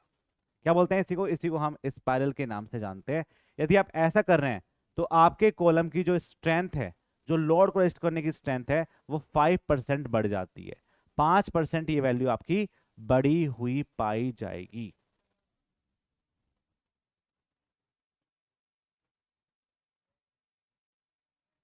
ठीक है, तो helical reinforcement column very much suitable for the earthquake resistance structure. यदि कोई अर्थक्वेक हो रहा होगा तो उसको भी ये रोक सकता है। तो कोर अंडर ट्रायक्सियल कंप्रेशन होता है। देखो क्या है, ये आपका मेंबर है, ठीक है, ये आपका मेंबर है। ये क्या है, ये बाहर वाला आपका क्लियर कवर है। यहाँ पे आपने रिइंफोर्समेंट प्रोवाइड की हुई होगी, ठीक है। और ये क्या है, ये आपके लेटरल टाइज वाला पार्ट है, ठीक है। और इसके अंदर आपने कॉलम को प्रोवाइड करा होगा। तो ये जो आपका यहां से यहां तक जहां पे आपका कॉलम अपने आपने डाला होगा, और दूसरा जो आपने इसके ऊपर टाइस प्रोवाइड करी होगी, उसको हम कोर का डाया बोलते हैं। तो इस कोर पे ना ट्राइएक्सियल जो लोडिंग है वो लग रही होती है, मतलब हर डायरेक्शन में लोडिंग, एक्स में भी, वाई में भी, जेड डायरेक्शन में भी, हर डायरेक्शन में इस पे लोडिंग लग रही होती है। इसी को हम ट्राइएक्सियल लोडिंग के नाम से जानते हैं। ओके, तो इसकी वजह से क्या होता है, उसकी वजह से आपकी जो कॉलम है उसकी अल्टीमेट स्ट्रेंथ बढ़ जाती है। उसको कैलकुलेट करने के लिए जो फॉर्मूला आपने यूज किया था, यहां भी हम आपकी मिनिमम एसेंट्रिसिटी पे काम करेंगे, तो इसलिए मैं 0.4 और 0.67 पे काम करते हैं, और यहां से जो आपकी स्ट्रेंथ है वो आपकी 5% बढ़ जाती है। ठीक है, फिर हम एक काम और करते हैं यहाँ पे, जो आपका हेलिकल रेनफोर्समेंट आपने प्रोवाइड किया उसका वॉल्यूम, और जो ये कोर है, जो आपने हेलिकल रेनफोर्समेंट प्रोवाइड, जो आपकी टाइज हैं वो, और जो आपके पास मेन रेनफोर्समेंट है वो, उसके कोर के वॉल्यूम का एक रेशो कैलकुलेट करते हैं। वो रेशो इस फॉर्मूले पे डिपेंड करता है। ये फॉर्मूला ही आपके एग्जाम में कई बार पूछा गया है। क्या फॉर्मूला होता है, 0.36 FCK अपॉन FY, फिर ब्रैकेट में AG upon AC minus 1 is less than equal to VH by VC। ये वैल्यू आपके VH बाई VC से कम होनी चाहिए। मतलब क्या है, हेलिकल रिइंफोर्समेंट का वॉल्यूम और ये आपके कोर का volume. Distance between two helix in known as pitch. ठीक है, ठीक है, तो ये आपको ध्यान रखना है। अब कई बार आपसे ना कोर का डाया पूछा जाएगा। ये जो कोर का डाया कैसे निकालेंगे हम, जो आपका टोटल ग्रोस एरिया है ना, ये ग्रोस एरिया होगा। इसमें से यदि आप ये क्लियर कवर को माइनस कर दें, ये क्लियर कवर ये वाला और ये वाला क्लियर कवर, इन दोनों क्लियर कवर को आप माइनस कर दें, तो आपके पास क्या आ जाएगा, ग्रोस का डाया आ जाएगा। मुझे ये बताओ, कॉलम के केस में क्लियर कवर हम कितना यूज करते हैं, सब बच्चे एक सांस में बताओ। ठीक है, minimum clear cover, minimum clear cover, minimum clear cover in column.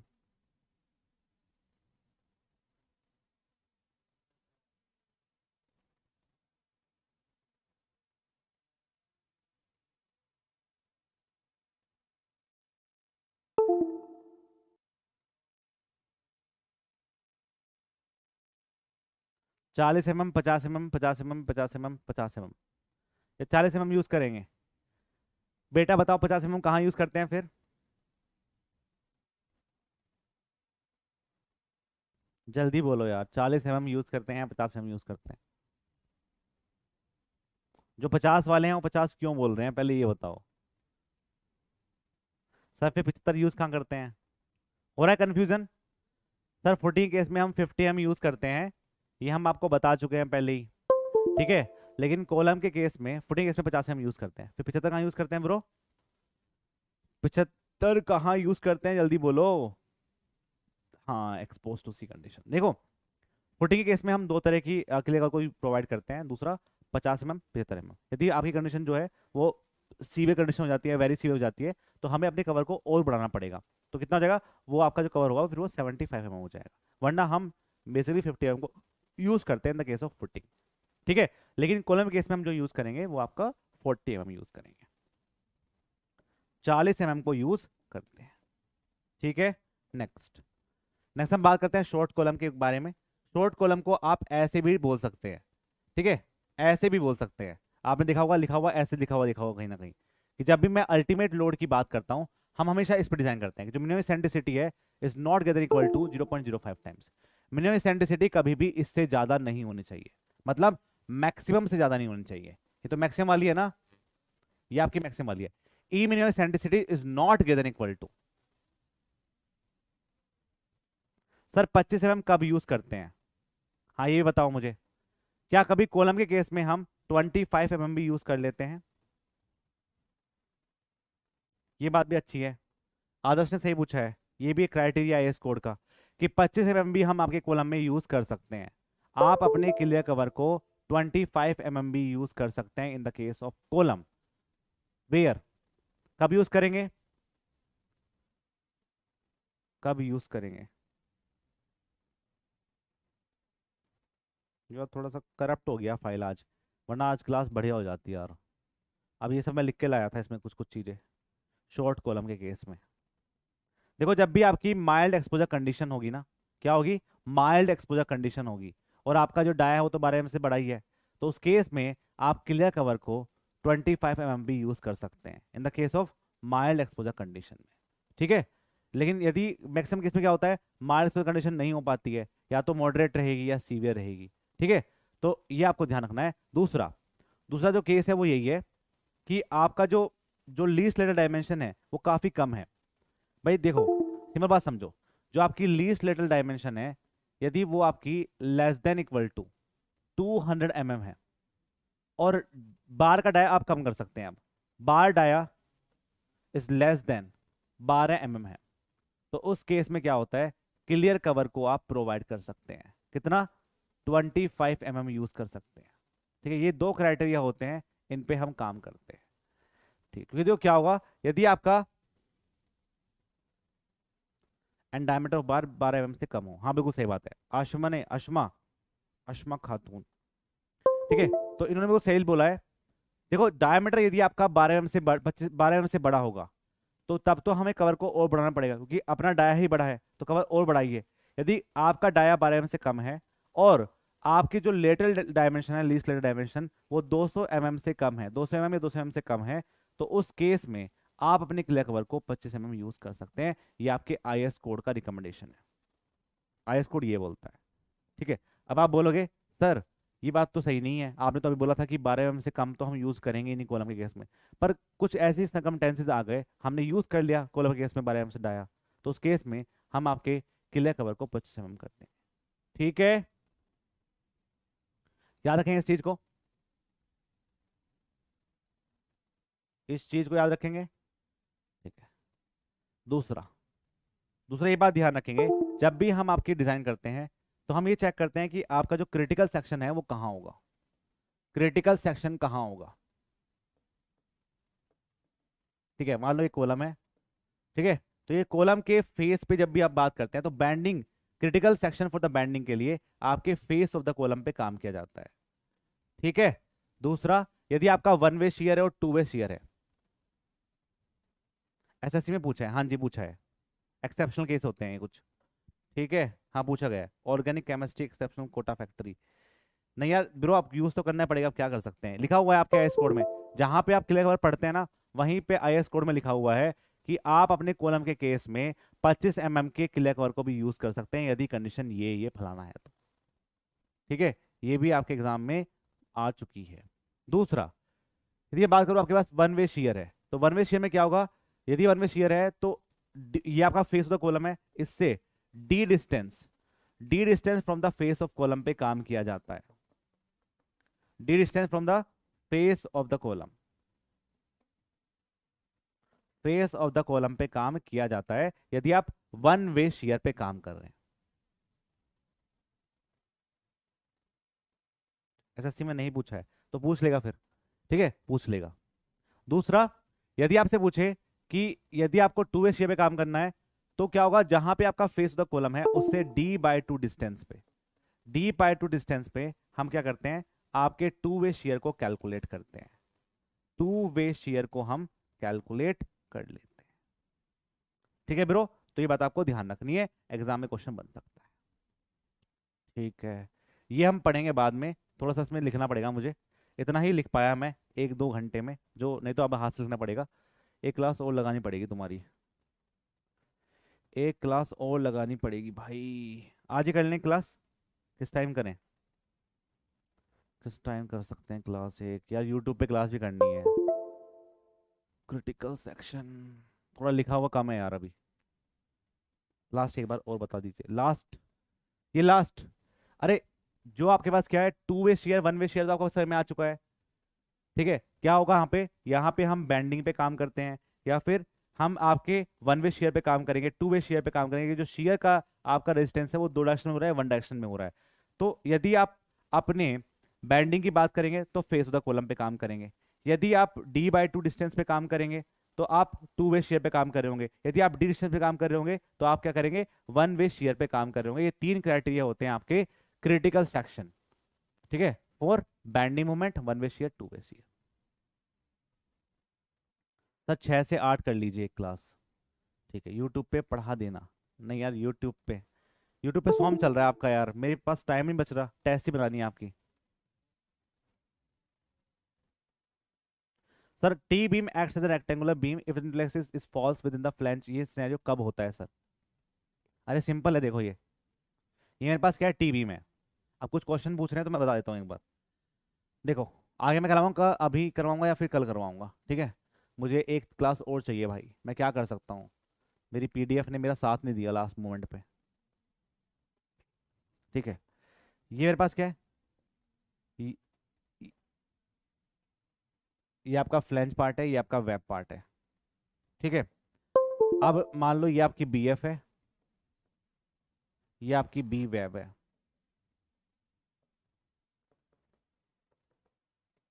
ठीक है, ये आपका बी वेब है। ये कंडीशन देखो जरा ध्यान से। सर बिल्डिंग का पीडीएफ दे दो ना सर, बिल्डिंग का पीडीएफ दे दूं? अरे यार अब ऐसे मत मांगो, देखो निर्मल जी, है ना, अब ऐसे मांगोगे तो मैं कैसे दे पाऊंगा, अभी पढ़ाया नहीं सब्जेक्ट जो, वरना मेरे पास बना तो है। 9 PM से रख लो ऐप में क्लास, उसमें कंप्लीट हो जाएगा। यार कंटेंट भी तो तैयार करना पड़ेगा मुझे, मैं देखता हूँ, है ना, लिखना पड़ेगा कुछ ना कुछ चीज़ें इसके अंदर। देखो, ये देखो जरा ध्यान से, यहाँ पे क्या है, यदि मैं इसका shear स्ट्रेस का डायग्राम बनाऊं तो क्या होगा, ये बनेगा, ये बनेगा और ये बनेगा, ठीक है, ये बनेगा। ये आपका 0.45 FCK होगा और ये आपका 0.87 FY, 0.87 FY ये होगा, ठीक है। 0.87 FY की वैल्यू मेरे पास ये होगी।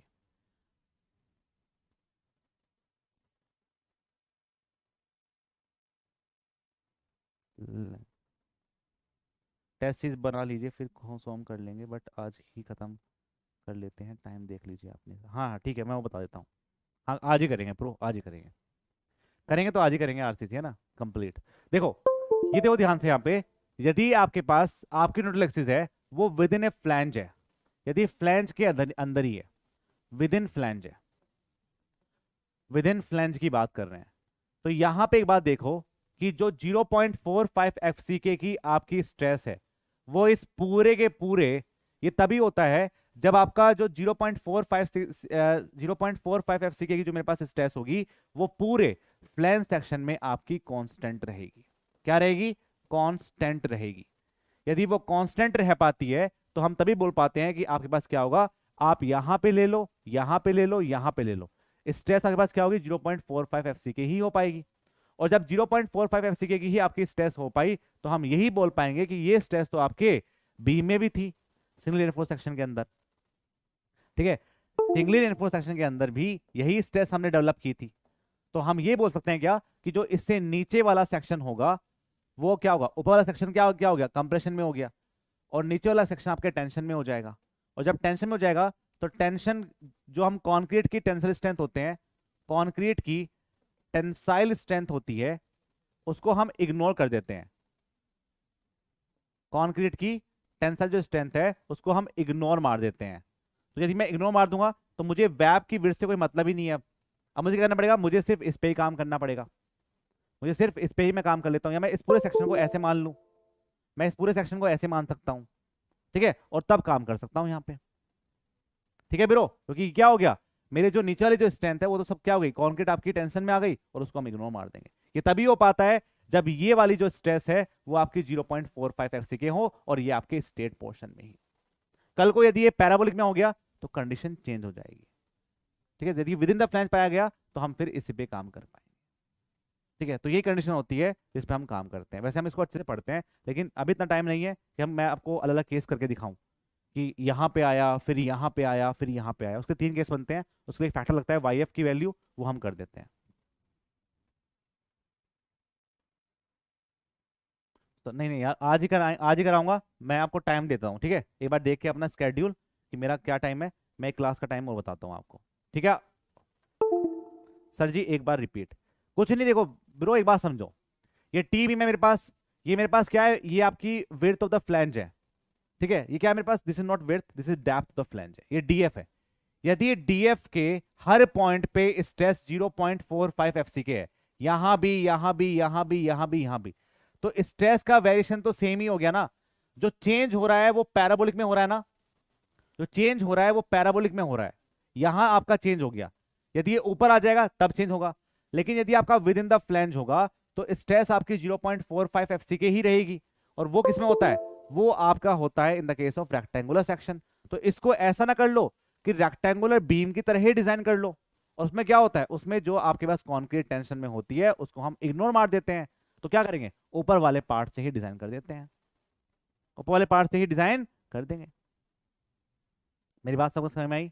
हाँ जी, ये होता है आपके पास फैक्टर, इस पे हम काम करते हैं। और यदि आपके पास ये वाला पार्ट ऊपर आ गया या ये वाला पार्ट आपका नीचे आ गया तो फिर ये पैराबोलिक पार्ट हो जाएगा, और यहाँ पे जो स्ट्रेस का वेरिएशन होगा वो अलग अलग होगा, और वो आपको कैलकुलेट करना पड़ेगा। हाँ, कल सारे नोट्स मैं सेंड कर दूंगा, ठीक है। किसके, आरसीसी के, आरसीसी के जो सारे नोट्स हैं मेरे वाले, देखो मैंने मैक्सिमम चीजों को कॉपी नहीं मारा है। आप बोलोगे सिविल बूस्टर की आप बुक खोल के देखोगे, ठीक है, मैंने भी देखी है वो बुक, लेकिन मैंने अपने आप चीजों को उठाया है बुक से, स्टैंड बुक से उठाया है, मेरे अपने नोट्स से उनसे उठाया है, इससे सिर्फ आपको कॉपी पेस्ट ना लगे, सिर्फ समझ में ये ना लगे कि वो यहीं कॉपी पेस्ट हो गया मेरा, कैसे सब चीजें, कुछ जो कॉन्सेप्ट मेरे आ सकते थे वो मैंने यहाँ पे आपको समझाए हैं, ठीक है। ये आपको ध्यान रखने हैं, तो उसको भी आपको पढ़ना ही, मत सोचना कि वो चीजें आप पढ़ाई वही हो रहा है, सिल बूस्टर की बुक ही पढ़ रहे हैं, नहीं, उनको आप पढ़ सकते हैं, इसको भी आप पढ़ लेना। हाँ, एक ही पीडीएफ बनवा देंगे, एक ही पीडीएफ बना दो, पहले खत्म तो हो जाए। आपकी क्लास का टाइमिंग क्या होगा मैं आपको अभी ग्रुप के अंदर बता दे रहा हूँ, और साथ में जो बच्चे ग्रुप के अंदर नहीं है वो टेलीग्राम में भी, जो टेलीग्राम में आपका ये चैनल है एवर एग्जाम टेक, उस पर भी मैं स्केड्यूल डाल दिया करूंगा आपसे, क्योंकि बहुत से बच्चे ऐसे हैं जो ग्रुप के अंदर नहीं है, उनको एवर एग्जाम टेक पर सारा सारा जो क्लास का पूरा स्केड्यूल है वो आपको दिखाई देने लगेगा, लेकिन जो पीडीएफ है वो आपको यहीं मिलेगी, ठीक है। उसके बाद आप पीडीएफ को कहीं भी ले जाओ, उससे मतलब नहीं है, लेकिन मिलेगी अभी यहीं, ठीक है। तो टेस्ट सीरीज पे काम कर लेते हैं, क्योंकि यार टेस्ट बना मैंने देखे हैं और टेस्ट, लेकिन रिपीटेशन बहुत है टेस्टों में, और एग्जाम में जैसे आते हैं वैसे भी बनने चाहिए टेस्ट, ठीक है। चलो मिलते हैं फिर आपके नेक्स्ट क्लास के अंदर, तब तक के लिए बाय बाय, जय हिंद जय भारत।